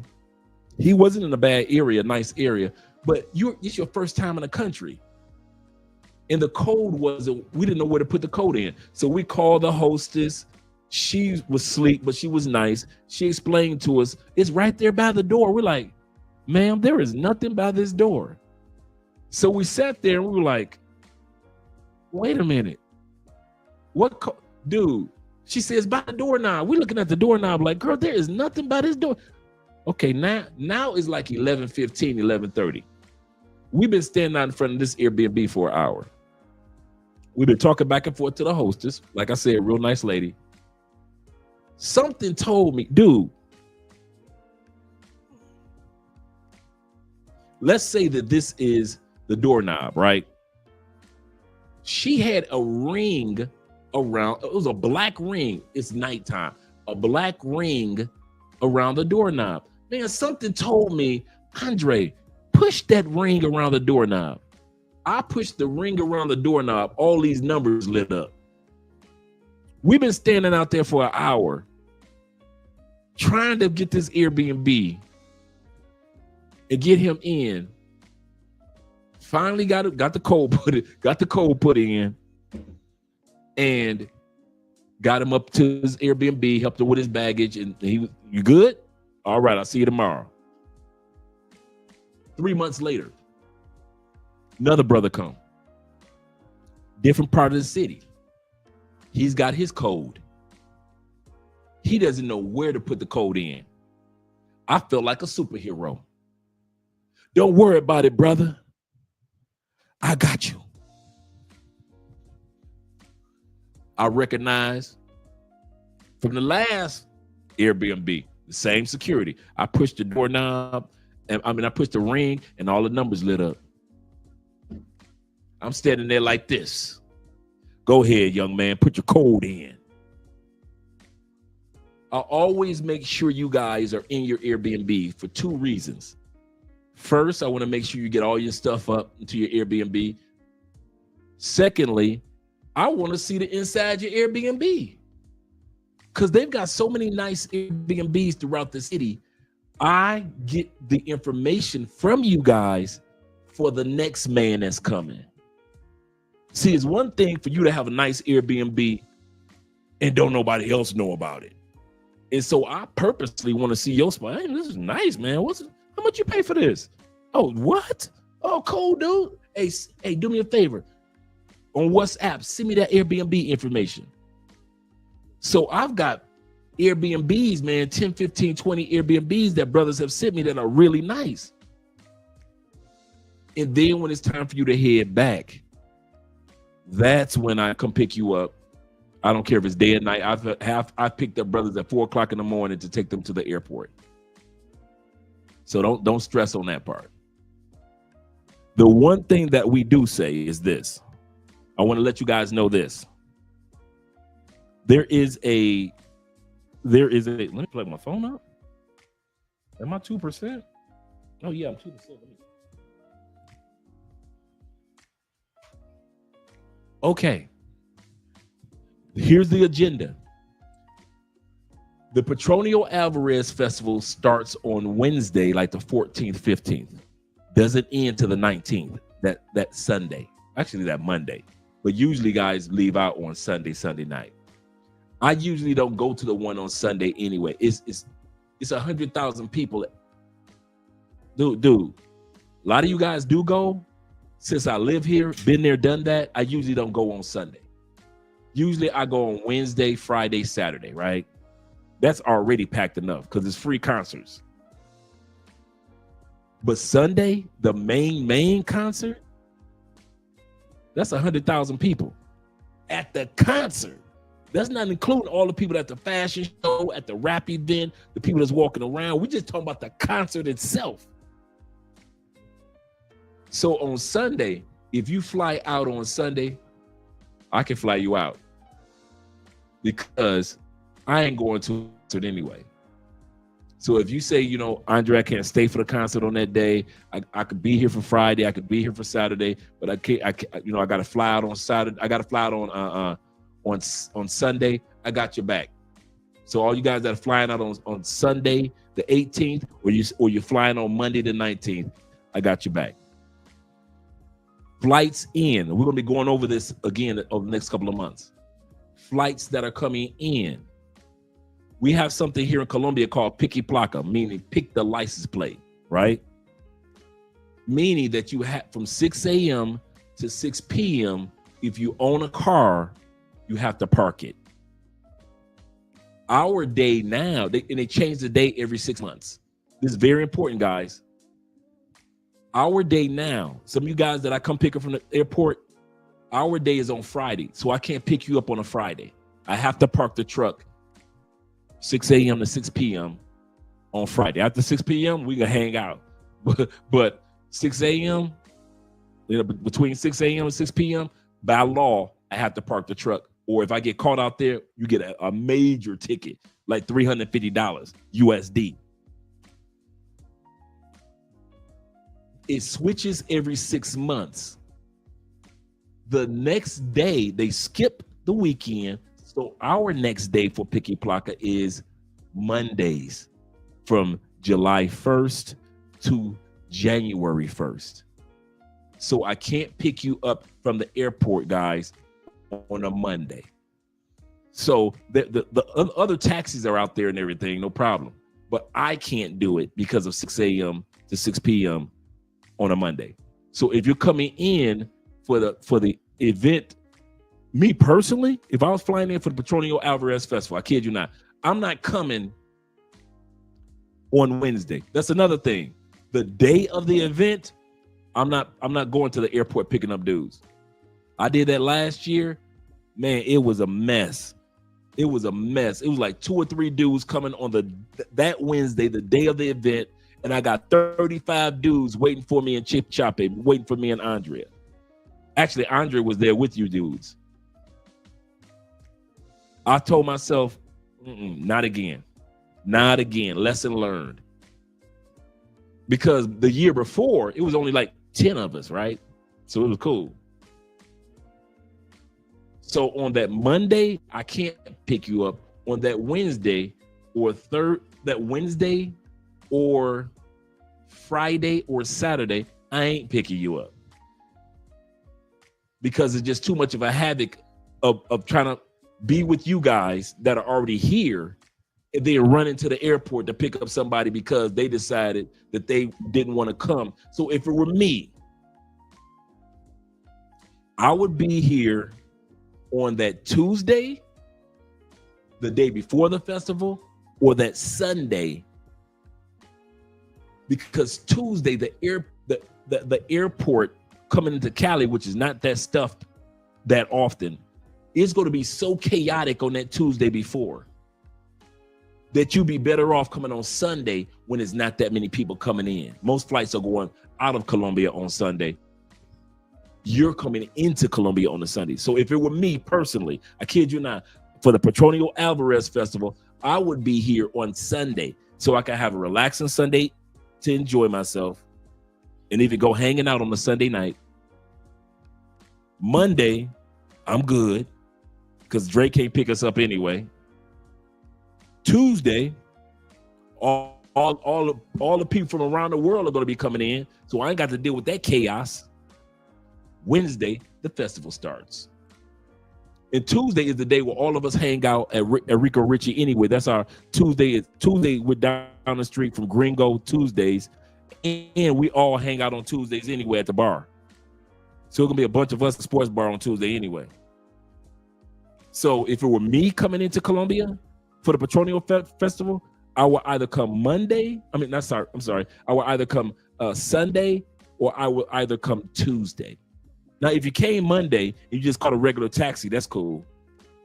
But the taxi is not going to take you to the exchange. The taxi is not going to take you to the grocery store. The taxi is not going to make sure that you get into your Airbnb. The taxi is not going to make sure that you go get something to eat. I'm going to make sure you get all that done before we even get to the Airbnb. So that's what you get for your $200. And I'm going to be picking you up no matter what day or night. You get a taxi, you don't know if they can pick you up at 4 o'clock in the morning at your Airbnb. Like, I know your Airbnb, and we're gonna be hanging out all weekend anyway. I mean, all week and all weekend anyway. So you can be hanging out anyway. No, I don't do tours. I got my girl Tours by D. She does a tour every year of the Afro-Colombian sector and the Afro-Colombian graffiti and the history of salsa here in Cali. So I'm going to be having her on the show a couple times. But I don't do the tours. D does the tours. For dental work, I got your back. We're gonna talk about that when it comes to dental work, because a lot of guys come down here like, man, while I'm down there, I might as well get my teeth cleaned. It's only $40-$50. Or while I'm down there, I might as well get my braces. Or while I'm down there, I might as well get my veneers. So a lot of dudes come down, man, and the dentist offices be popping.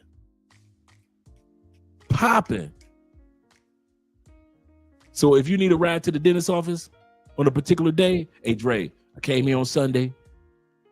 I got a dentist appointment on Tuesday. Could you drop me off? I got you, bro. Come on, let's roll. Because me going to the dentist with you is like going to see my family anyway, because we all hang out, me and my dentist and her husband. She's been a dentist for 20 years, 25 years. We all hang out anyway. So, but yeah, my boy Nick and his wife upstairs, they from the States. We all hang out. If you want to go to a soccer game, but a lot of times dudes ain't thinking about a soccer game. They're trying to get to them Afro-Colombian sisters here in Cali. So yeah, and there's a lot to do at the festival. Yeah, that's what I was saying. Yup, T-Mac, D does the tours during that time period. That's why I always have D on the show, because she has different events that she do. D knows everything that's going on. So she knows about the Afro beat clubs. If you guys are into Afro beats, she knows about those clubs, the reggae clubs. So she knows about all that stuff. So I don't pretend like I know everything. I make sure I know the people that you guys need to be in communication with, such as Tours by D and other individuals. Oh, shoot. Gonna bring them bones out, bruh. Bring the bones out. Bring them bones out, man. We got some scars and some brandy and some bones. Oh, man. We good. We good. Yes, sir. Yep, the whale watching tour is that time period too. So all you guys that want to go whale watching, whale watching is only like an hour and a half from here. Cali is off the coast of the Pacific Ocean. So you'll take a bus ride or a van ride from Cali to Buenaventura. From Buenaventura, you'll take a boat and you'll be doing the whale watching tour. Whale watching season, when the whales come from the Arctics off the coast of Chile and Colombia, whale watching is like for 3-4 months. So there's a lot of whale watching tours that take place. So if you want to see the whales jump up in the air and all that stuff, that happens right off the coast of the Pacific Ocean. Yep, absolutely correct, T-Mac. There's quite a few of you brothers, man, that have sent me the whale watching photos. I'd be like, man. Indeed does a tour for that one too. Yeah, Global Homie says, that's what I want to do. He said, tours is what I want to do. He said, I also want to do some apartment researching. And you could do that too. That's the other thing about being down here doing the festival. That's another thing you could do down here doing like I said, I'm not, you go Wednesday and it's packed. Like I'm expecting this year to be 10,000 people on Wednesday. Last year was 7,000. It was 5,000 at the concert on Wednesday on a weekday. Like what? Me and Andre, dude, the year before me and Andrea went, like 2022, it was like on Wednesday, the first day, maybe 2,000 people. Cool. So we're thinking the next year is going to be like that. Shh. Last year, 5,000 people, 5,000 to 7,000 people. That concert was packed the first day. We were like, don't these people got to go to work? But then we didn't realize that so many people from around the world were here for the festival. It's going to be even larger this year. It's going to be way larger this year. The word is out about the Afro-Colombian Festival. It really is. So shout out to all you guys that will be coming down for the Petronio Alvarez Festival. He said, T-Mac says this. He said, show some love to our local Colombian family. He said, I recommend D for tours. Yes, sir. He said, and some ninjas just got the information and didn't hire her. At least do a consultation with the sister. Yeah, and she doesn't charge as much as I do for consultation. Shout out to Theo being in the building. He said, I want to find a good cycle trails. They're out here. Dude. Brother, these Colombian cyclists, man, they got Popeye legs, man. Them dudes got that, dude, their calves be like that big, dude. They have cycling events all over Colombia, man. This is a cycling country. If it ain't nothing else, they are cycling. They are cycling in this motherfucker, dude. Actually, it was a Colombian that just won the Tour de France. What, the last one or the year before was a Colombian dude? Like over the last 2 years, it was Colombian cyclist that won the Tour de France. Yep. The dates are August 15th, that Wednesday, to August 19th, that Monday. No, I think it's August 14th. It's August 14th, that Wednesday, to August, whatever Wednesday is, to August 19th, that Monday. Monday is a holiday in Colombia. Monday is a holiday. They always put it as a holiday because they know so many people are coming from around the world for the Petronio. Now, do people go to the Petronio Alvarez on Monday? By the time they went to the concert on Sunday with 100,000 people, most people like, they've been partying all weekend, all week, really. When you do see people go on Sunday, I mean, not Sunday, but on Monday, it's just for the food. It's just for the food. Ain't nobody going on Monday like that. Most people are flying back home on Monday. If you're not going to stay for the Sunday concert, you're flying back home Sunday. But most dudes, they're gone on Monday. They're gone on. Nobody's really going. I've never been on Monday because I know it's just people just kind of like hanging out there and just hanging out for the food. It's not, it's not even worth it. There's not any concerts, not any. Actually, there is a concert, but it's a small concert. It's kind of like Wednesday's concert. But we're going to show videos. I'm going to show you video footage of each day, so you'll see what I'm talking about as far as the progression and the growth of the event and how huge the event is. Because y'all thinking like, oh, it's nice, it's cute. Shh. Okay. It's going to take you about an hour to order some food. But when you eat, it's going to be good. Don't get it twisted. Don't get it twisted. Do not get it twisted. Let's see. Let's see if anybody else has something to say. Yeah, gotta support D.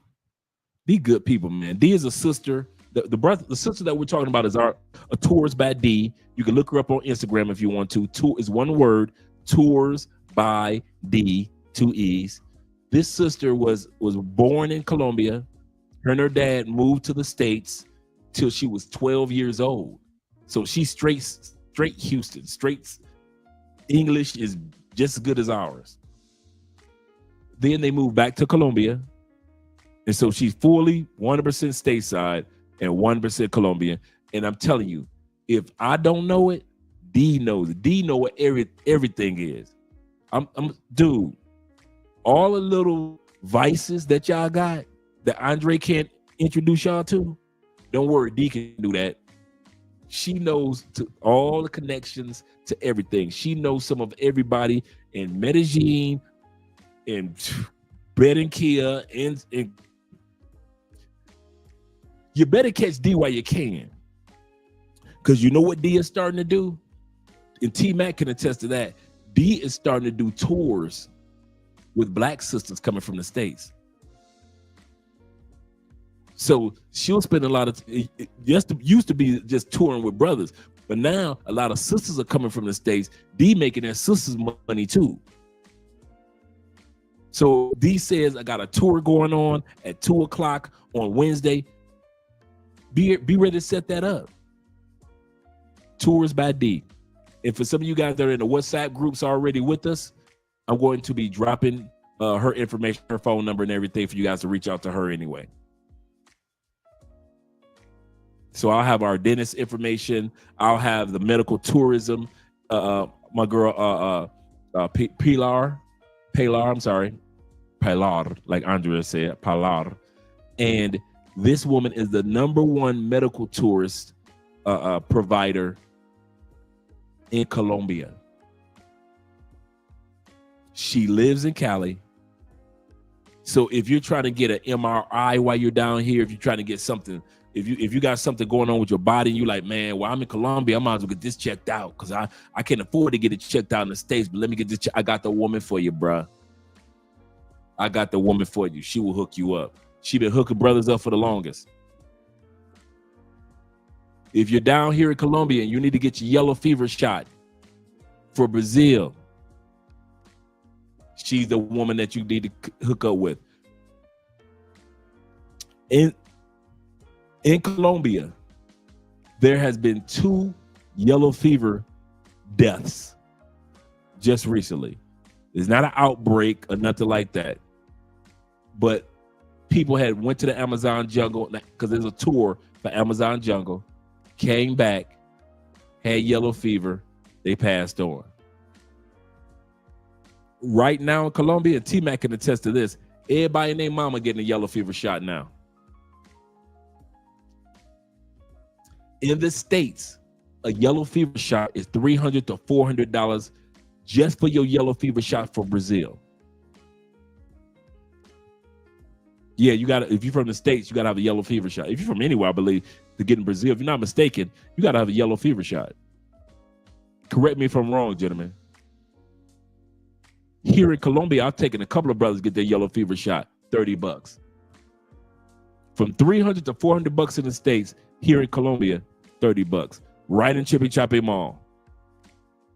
Right in Chippy Choppy Mall.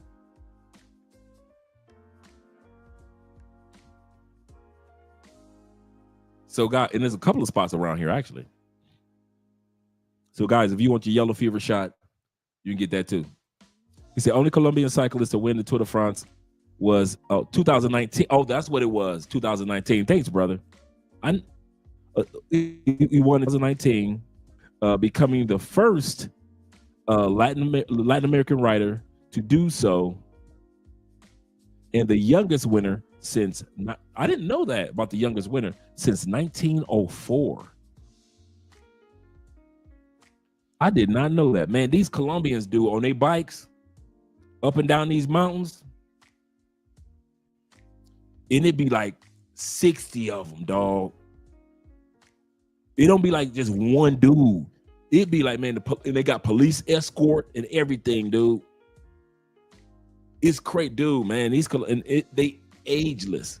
Dude, it's nothing for you to see a 60-plus-year-old Colombian dude, thick thighs, thick calves, with his little bike in his hand, and you know he about to go ride up somebody's mountaintop and ride back down on that bike, man. You like, man, I don't see how they even do it.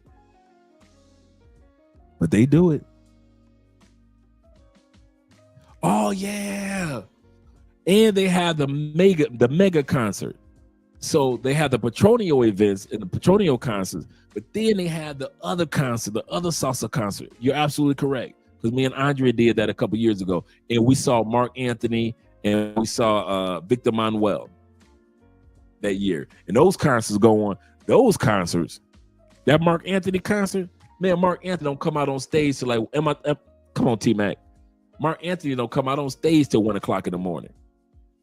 You've been enjoying that concert since 7, 8 o'clock in the evening. It's been so many performers before Mark Anthony come on. And hey, T-Mac, how come Mark Anthony do his, man, if you ever seen a concert that will have you, man, Mark Anthony, this dude concerts. Mark Anthony do every song like it's the last damn song. I ain't never seen a dude when he came out for the first song with so much energy and fanfare. You swear this was like the last song. You're like, is the concert over? No, every song got fanfare. You be like, he doing it like Bruno Mars. Every song has a purpose.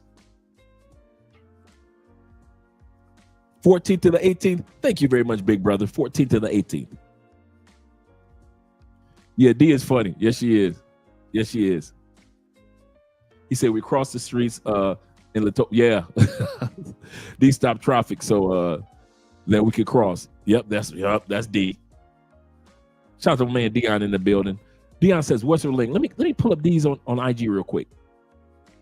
Let me put up D real quick on IG. Give me a second, gentlemen. Give me a second.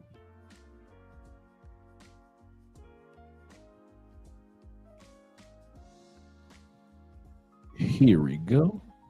Over here. Let me go over to here. Pull it up over here for us. Yeah, D good people, man. Real good people.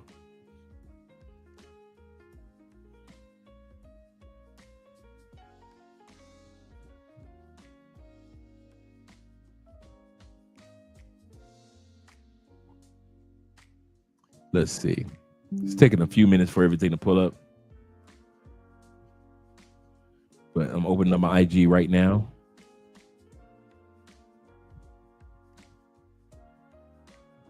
But yeah, she's a real sweetheart, man.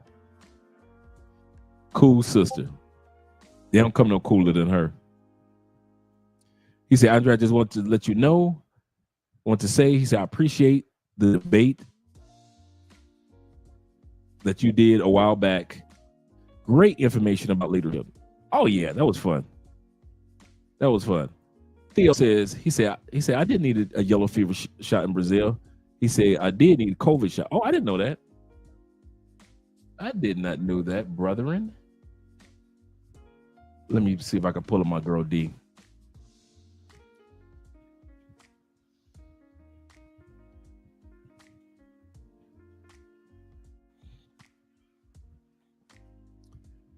There we go. All right, let me pull this over here. Let me screen share this. Let me remove that. This video, let me remove that down and screen share.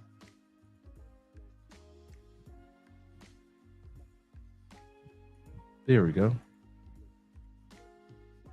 And let me move me out of the way. There we go, my girl D. There's our girl D right there. So like I said, she does, now she's starting doing tours for sisters from the States. This D right here, our girl.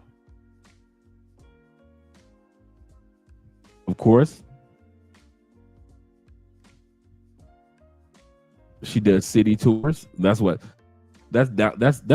too far. It's that Cali sign. So usually we go over there, take you guys to the Cali sign and do a photo too.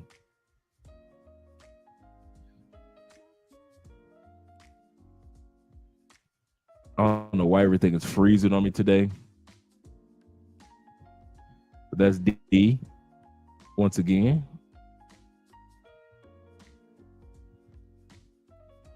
Remember I said she worked with the sisters that's coming in from the States. So a lot of times D is in Cartagena as well as Cali. Let me see what this is. This is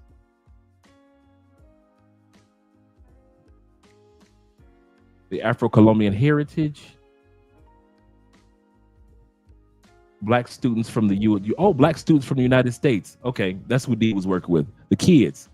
So these are Black kids from the United States and their instructors.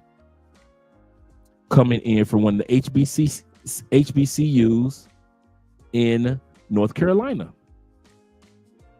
And so they were giving a shout out to D out of appreciation. And she said, I was grateful to have been on the project and can't wait to the next one. So HBCU kids coming down to Colombia. Shout out to the kids. Shout out to the kids.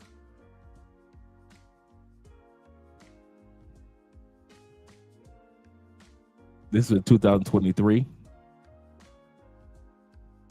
This is D and Paola.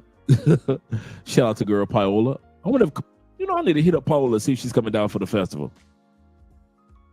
You guys have seen Paola all over YouTube, all over TikTok.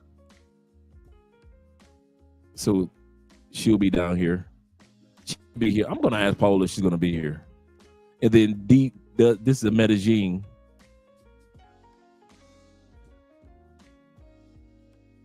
That's my boy Kings and Dreams in Cali. I don't know who this is. Oh, that's with his sister. No, okay, I don't think I admit that's what it was. I missed Kings and Dreams last year when he came down for what was this, 2020? It doesn't tell the year. There was a year I missed Kings and Dreams when he came down for the Petronio. This is in Cali, just in case you guys are wondering. This giant statue of Christ is not Brazil. We have the same statue here in Cali. And so I'm going to take a day. I'm going to be heading up there. So if some of you guys want to hang out with me, heading up to the Crystal Ray.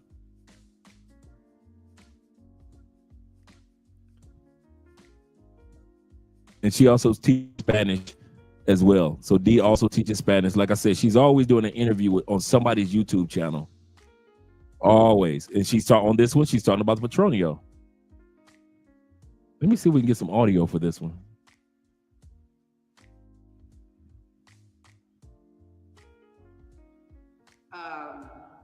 Afro-Pacific bands compete in.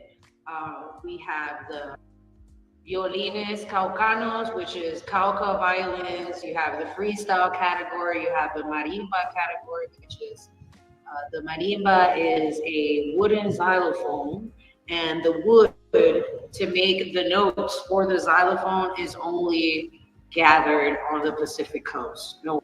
So what she's talking about is the different categories of the concert, because every this is how it's set up. The Petronio Alvarez event start. Petronio Alvarez is kind of like the Bob Marley of Colombia. So just in case you're wondering who he is, he's like the Bob Marley of Colombia. He was a freedom writer, a freedom fighter, but he was a musician as well. Well, he lived off the coast of the Pacific coast, but he eventually moved to Cali. That's why people, a lot of performers from the or singers from the Pacific coast come to Cali, even though they already have their own Petronio, but it's not as big. They decided to have the super one in Cali. And so what D is explaining is that each concert is a competition. That's why the concerts are free. These are the best of the best performers, and they know when they win, they'll be able to travel around the world expressing Colombian music to the world. So you're going to see the best of the best Black performers here in Colombia. And so that's what D is explaining, that there are different types of instruments in different type of categories. Where else? To make these specific sounds, there's a specific tree that they have to cut down to make the keys for the xylophone. It's a 5-day festival. It's free to get in. There is a showing of the gastronomy or the cuisine of the Pacific coast. There's a showing of our traditional liquors. Didn't I give you a shot? Yes, you did. Okay. You did. Yeah, it's in the video. It's in the video. Okay. So yes, the traditional liquors are basically like liquid Viagra for men. And for women, there's different uses. Like if you want to clear your uterus to have a child, drink 2 Petronio Alvarez. That's on Kings and Dreams channel. We might have to hijack that one.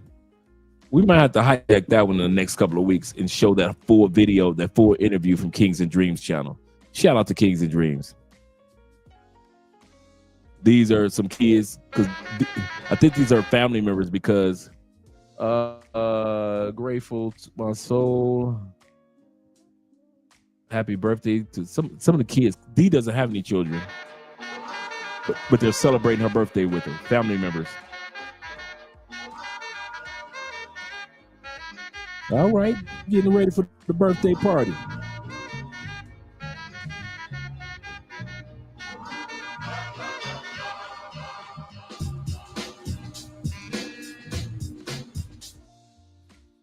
Yeah, I can't play that too much, you know, copyright. I got diamonds too, since they slapped in both ears.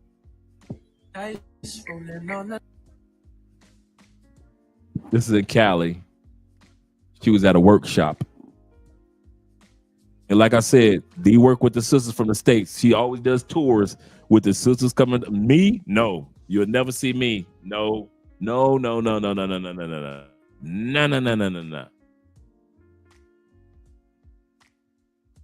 She said being able to connect with Black women from different states and places of the world.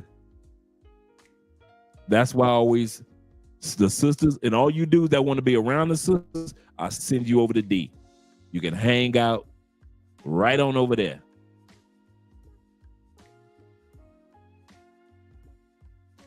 So I'm gonna drop the shout out. Hey everybody, Oh shoot! And if you're ever in Cali, please check out. That's my girl over there. Great little brunch spot. They have mimosas, great food, and That's my girl Kizzy right there, man. We interviewed Kizzy back in the day, man, when Kizzy was single. Now Kizzy all married and everything. Her and they started YouTube. Her and her boyfriend started a YouTube channel, and because they were watching our YouTube channel, so they say why not? They started a YouTube channel, started traveling, and got married, and they haven't looked back, man. Desserts. Please check it out. Also, keep in touch with your loved ones. Bye. Hey everybody, it's your girl D, and if you're ever in Cali, Shout out to please Kizzy. check out Cafe Gardenia. Hola a todos, it's your girl Dahana with Tours by D, back with the new reel for you. Here I'm showing off a bit of my River Day tour. I have the bird expert Chris and my girl Ari. Shout out to her from Ari Venturas. Oh, she over at Ponce on the other side of Cali, and they're doing a bird watching tour. A lot of people don't know that Cali has over 1,000 different exotic birds in this city. And I'll say that again. There are over 1,000 exotic birds in Cali, Colombia. Sounds that come from a bird that you have never heard before. Buenos dias, everyone. It's your girl Dahana, aka D from Tours by D. Yesterday, I had the fortune of meeting up with some members that are in Cali of the Black Women's Expat group in Colombia. And See, there's a Black Women's Expat group in Colombia that I will never meet. shout out to community. Shout out to my girl Cara, who was able to come out on a late notice as well to link up with us. We had an amazing seafood lunch inside the Galeria de Alameda, aka Farmers Market. That's part of the tour. She'll take you to the farmers market. He said that's a lot of trouble in one spot. I know, right? He said for the dudes that like to live dangerously, D will be the hood tour as well. Yeah. If y'all need the tour to the hood, yeah. Yeah. We ain't gonna even lie about that one. But let me get y'all these link. And I'm gonna have her on the show a couple times for the talking about the show. Let me talk about the festival. Shout out to D. Let me make sure you guys got that. Oh, I made a mistake and sent the wrong link. My bad, gentlemen.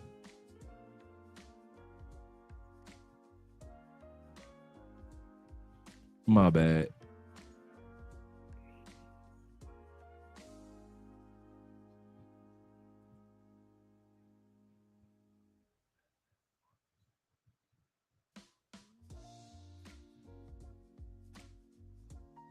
There we go.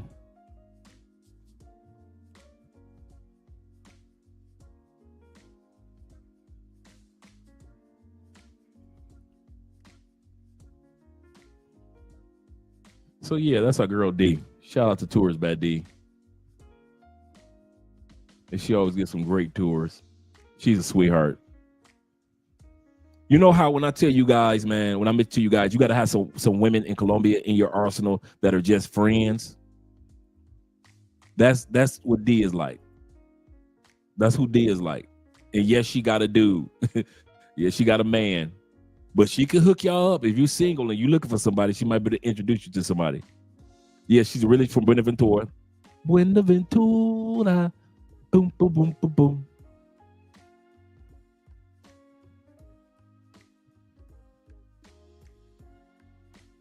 Oh, yeah, Buenaventura. He said, I would not visit there without D. No.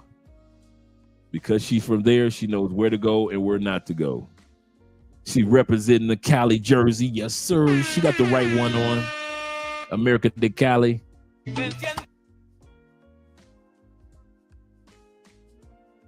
said Colombia has a women's national football league. I didn't know that.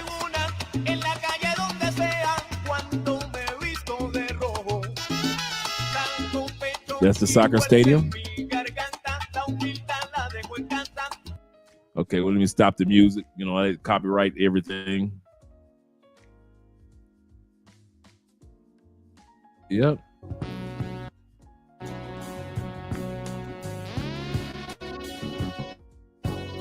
Yep. Okay, even though that was the jam back in the day. But yeah, shout out to D.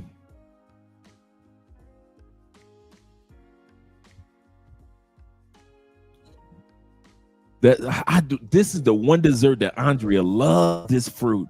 Me and Ace can't stand it. Like Andrea and them, Cali, they love this fruit, man. They love it. Me and Ace tasted it. We were like, oh no. We were like, no. We were like, no. Shout out to D.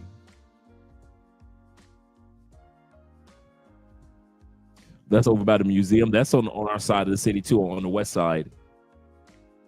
Actually, this is the first place where Andrea took me on our first date to this museum, right? If I'm not mistaken, this is the museum. Yeah, this is the museum on the west side, over by that Cali sign that we saw earlier. Shout out to D. When I say everybody know D, bruh.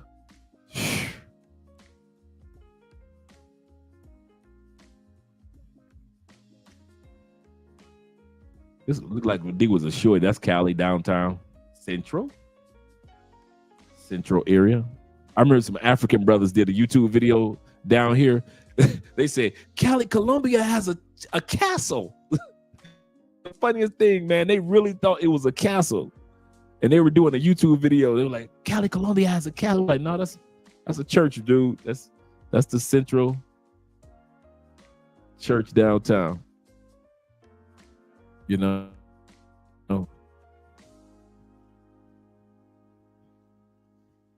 Iglesias, the central.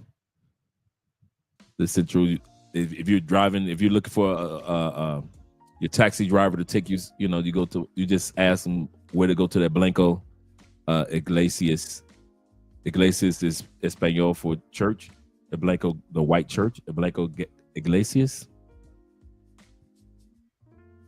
in Central.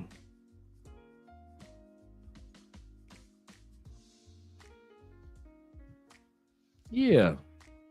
Shout out to my girl D. D was a shorty back in the day.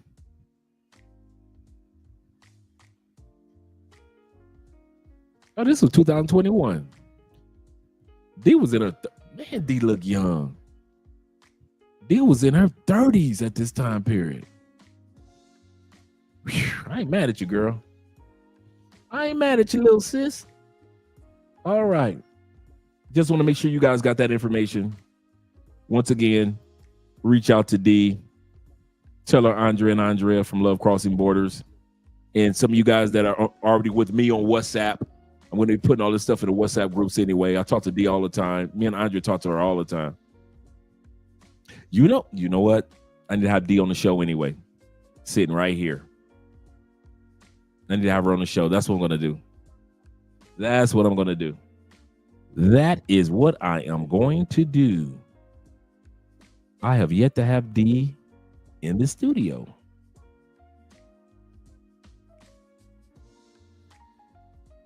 I'm going to hit her up tonight. Actually, I want to hit her up tomorrow. All right, guys. I'm up out of here. Appreciate all you guys that support the channel. Let me make sure I hit up everybody that gave by way of PayPal as well as Cash App. I think I got everybody, which is cool. Oh, did I miss somebody? Oh, T-Mac. Did I miss T-Mac? I think I got T-Mac.